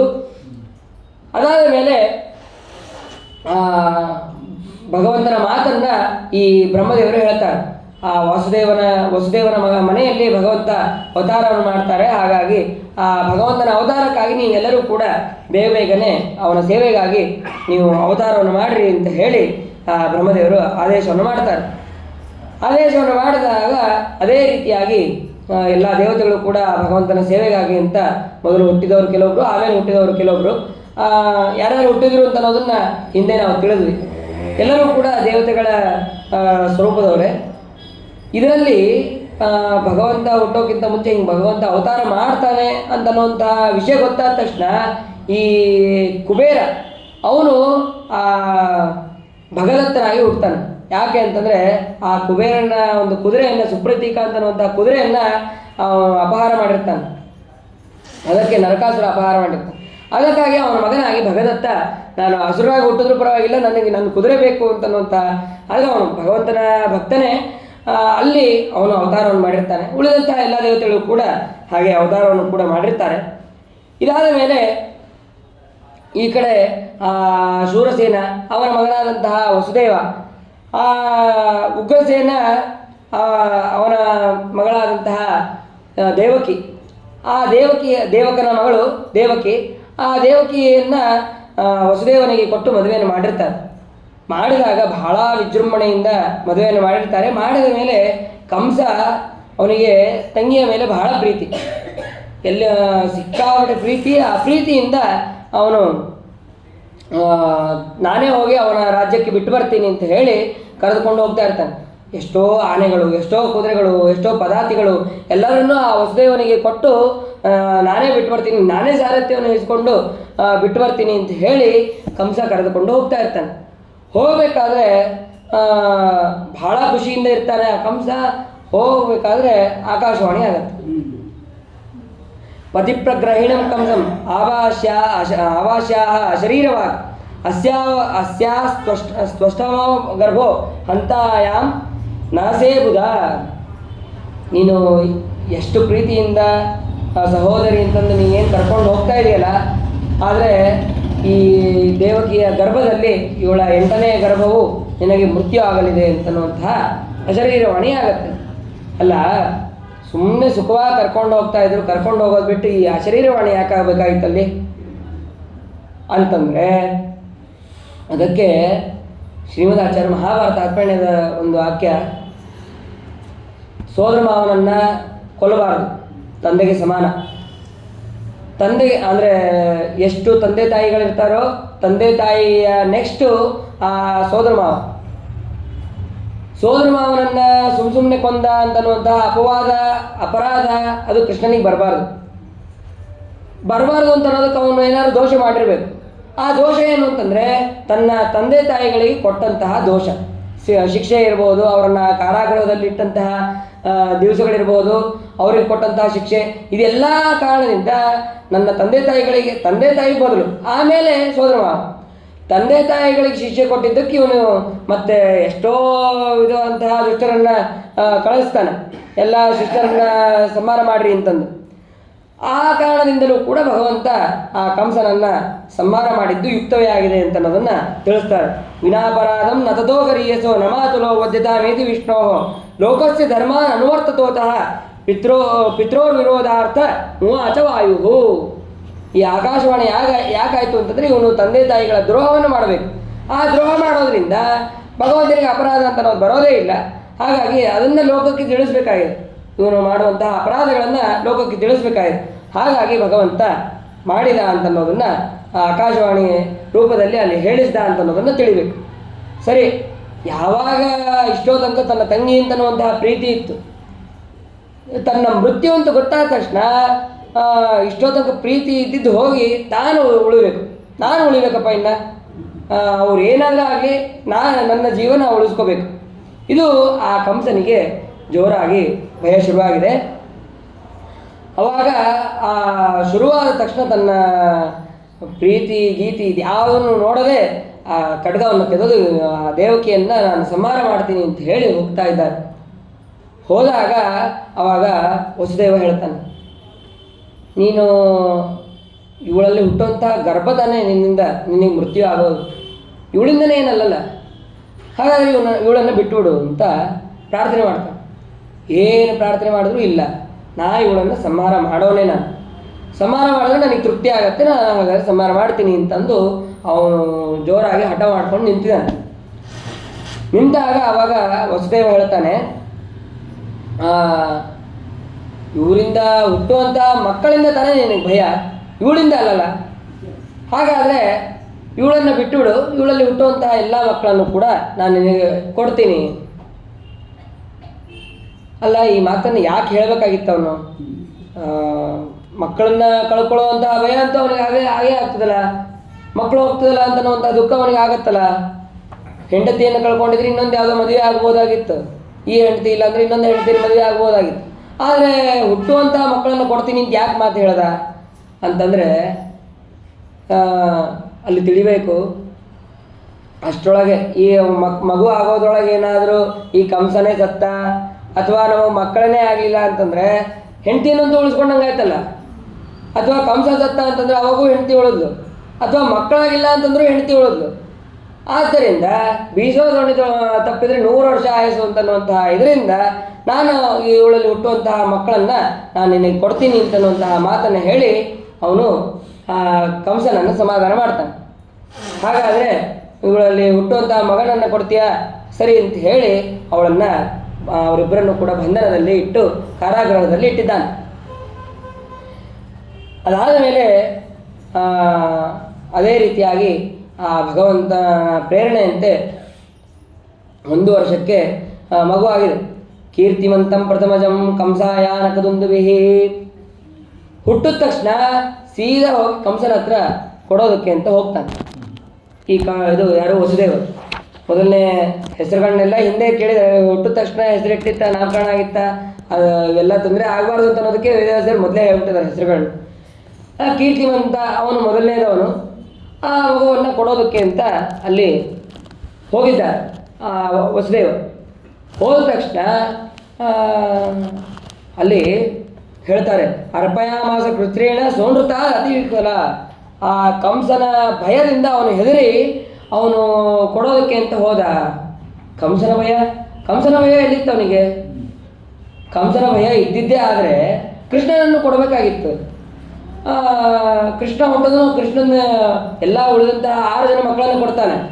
ಕೊಟ್ಟ ಮೇಲೆ ಕೃಷ್ಣನ ಯಾಕೆ ಕೊಡಲಿಲ್ಲ? ಸೋನೃತ ಅತಿ ವಿಫಲ, ಭಯದಿಂದ ಏನಾದ್ರು ಕೊಟ್ಟ ಕಂಸ ಅಂತಂದರೆ, ಮೊದಲನೇ ಮಗ ಹುಟ್ಟಿದಾಗ ಭಯ ಇತ್ತು, ಆ ಭಯದಿಂದ ಅವನಿಗೆ ಮೊದಲನೇ ಮಗ ಕೊಟ್ಟ. ಆದರೆ ಕೃಷ್ಣ ಹುಟ್ಟಿದಾಗ ಭಯ ಅಂತ ಅನ್ನೋದು ಇರಲಿಲ್ಲ ಅಂತ. ಭಯ ಇಲ್ಲದೆ ಇದ್ದ ಕಾರಣಕ್ಕೆ ಅವನಿಗೆ ಆ ಕೃಷ್ಣನನ್ನು ಕೊಡಲಿಲ್ಲ ಅಂತನ್ನುವಂತಹ ವ್ಯಾಖ್ಯಾನವನ್ನು ಇಲ್ಲಿ ನಾವು ತಿಳಿಯಬಹುದು. ಆಮೇಲೆ ಕೊಟ್ಟ ತಕ್ಷಣ ಆ ಕಂಸ ಅವನು ಏನು ಒಳ್ಳೆಯವನೇ, ಭೃಗು ಋಷಿಗಳ ಆವೇಶ, ಕಾಲನೇಮಿಯ ಅವತಾರ, ಸ್ವಲ್ಪ ದುಷ್ಟ ಸ್ವಭಾವನೂ ಇರುತ್ತೆ. ಕೊಟ್ಟ ತಕ್ಷಣ ನನಗೆ ಹೇಗಿದ್ದರೂ 8ನೇ ಮಗುವಿನಿಂದ ಮೃತ್ಯು, ಈ 1ನೇ ಮಗುವಿಂದ ಏನು ಮೃತ್ಯು ಇಲ್ಲ, ಹಾಗಾದರೆ ಇವನನ್ನು ಕರೆದುಕೊಂಡು ಹೋಗು ಅಂತ ಹೇಳಿ ಕಳಿಸ್ತಾನೆ. ಹೇಳಿ ಕಳಿಸಿದಾಗ ವಸುದೇವನಿಗೆ ಗೊತ್ತಿರುತ್ತದೆ ಇವನು ಕೊಂದೇ ಕೊಲ್ತಾನೆ ಅಂತ ಅನ್ನೋದು ಗೊತ್ತಿರ್ತದೆ. ಅವನಿಗೆ ಸಮಾಧಾನ ಏನಿರೋದಿಲ್ಲ. ಹಾಗೆ ಕರ್ಕೊಂಡು ಹೋಗ್ತಾನೆ. ಅದೇ ಸಮಯಕ್ಕೆ ನಾರದರು ಬರ್ತಾರೆ. ನಾರಾಯಣ ನಾರಾಯಣ ಅಂತ ಅಂದ್ಕೊಂಡು ಅವ್ರು ಬರ್ತಾರೆ. ಏನಾದ್ರು ಕಂಸಾಚಾರ್ಯ ಆರಾಮಿದ್ದೀರಾ ಅಂತ ಕೇಳ್ತಾರೆ. ಏನ್ರಿ ಆರಾಮ್ರಿ, ಇವರೆಲ್ಲ ಹಿಂಗೆ ಇದರಿಂದೇನೋ ನಮಗೆ ಮೃತ್ಯು ಬೇರೆ ಇದೆ ಅಂತ ಹೇಳ್ತಾರೆ, ಮತ್ತು ಎಲ್ಲ ಆರಾಮಾಗಿ ಏನೋ ಗೊತ್ತಿಲ್ಲ ಅಂತ ಕಂಸ ಹೇಳ್ತಾನೆ. ಮತ್ತು ಮೊದಲನೇ ಮಗು ಹುಟ್ಟುತ್ತಲ್ಲ, ಮತ್ತು ಅದನ್ನು ಕೊಂದ್ರೋ ಇಲ್ಲೋ? ಇಲ್ಲ, ಕೊಂದಿಲ್ಲ, ಮೊದಲನೇ ಮಗು ಅದು, ಅದಕ್ಕೋಸ್ಕರ ಬಿಟ್ಟಿದ್ದೀನಿ. 8ನೇ ಮಗುವಿನ ನನ್ನ ಮೃತ್ಯು ಅಂತ, ಅದನ್ನು 8ನೇ ಮಗುನ ಕೊಲ್ತೀನಿ ಅಂತ ಕಂಸ ಹೇಳ್ತಾರೆ. ದಡ್ಡ ತಲೆ ನಿಂದು ಅಂತ ಹೇಳಿ ಆ ಒಂದು ಕಮಲವನ್ನು ತೋರಿಸ್ತಾರೆ. ಕಮಲವನ್ನು ತೋರಿಸಿ, ನೋಡಪ್ಪ ಇದು ಎಷ್ಟು ದಳ ಇದೆ, ಬೇಕಾದಷ್ಟು ದಳ ಇದೆ, ಇದರಿಂದ 1 2 3 4 5 6 7 8 ಹಿಂಗೂ 8 ಆಗುತ್ತೆ. ಅಥವಾ ನೀ ಹಿಂಗೆ ತೊಂದರೆ ಇದು 8 ಆಗುತ್ತೆ. ಮೊದಲನೇದಿಂದ ಇದೇ ನಿನ್ನ ಮೃತ್ಯು ಇತ್ತಂದ್ರೆ ಏನು ಮಾಡ್ತೀನಿ? ಮೊದಲನೇದಿಂದ ಎಣಿಸಿದ್ರೆ ಇದು ಅದು ಕೊನೆಯದು 8 ಆಗ್ಬೋದು, ಕೊನೆಯಿಂದ ಎಣಿಸಿದ್ರೆ ಇದು 8 ಆಗ್ಬೋದು. ಇದೇ ಅಂತ ನೀನು ಗೊತ್ತಾಗತ್ತೆ ಅಂತ ನಾರದರು ಇಷ್ಟು ಹೇಳಿ ಆಯ್ತಪ್ಪ ನನ್ನ ಕೆಲಸ ಮುಗಿತು ನಾರಾಯಣ ನಾರಾಯಣ ಅಂತೇಳಿ ಅವರು ಭಗವಂತನ ಸ್ಮರಣೆ ಮಾಡ್ಕೊಂಡು ಹೋಗ್ತಾರೆ. ಹೋದ ತಕ್ಷಣ ಹೌದಲ್ಲ ನನಗೆ ಈ ಉಪಾಯ ಹೊಳದೇ ಇರಲಿಲ್ಲ ಅಂತ ಹೇಳಿ ಆ ಕಂಸ ಮತ್ತೆ ಆ ಮಗುವನ್ನು ಕರೆಸಿ ಜೋರಾಗಿ ಅಪ್ಪಳಿಸಿದ್ದ. ಅಪ್ಪಳಿಸಿದ ಮೇಲೆ ಹೀಗೆ ಒಂದಾದ ಮೇಲೆ ಒಂದು ಎಲ್ಲ ಮಕ್ಕಳನ್ನು ಕೂಡ ಕೊಂದಿದ್ದಾನೆ. ಆ ಕಂಸ ಯಾಕೆ ಹೀಗೆ ಮಾಡ್ತಾ ಇದ್ದ? 6 ಜನ ಮಕ್ಕಳನ್ನು ಯಾಕೆ ಅವನು ಕೊಲ್ತಾ ಇದ್ದ ಅಂತಂದರೆ ಅದಕ್ಕೆ ಇಲ್ಲಿ ಹೇಳ್ತಾರೆ. ಕಂಸ ಅವನು ಕೊಂದಂತಹ ವಿಚಾರ ಇರ್ಬೋದು, ಮತ್ತು ಕೃಷ್ಣನ ಅವತಾರ ಇರ್ಬೋದು, ಅದೆಲ್ಲವನ್ನು ಕೂಡ ನಾಳೆ ದಿನ ತಿಳಿಯೋಣ ಅಂತ ಹೇಳ್ತಾ ಹರೇ ನಮಃ ಶ್ರೀ ಕೃಷ್ಣ ಅರ್ಪಣಮಸ್ತು.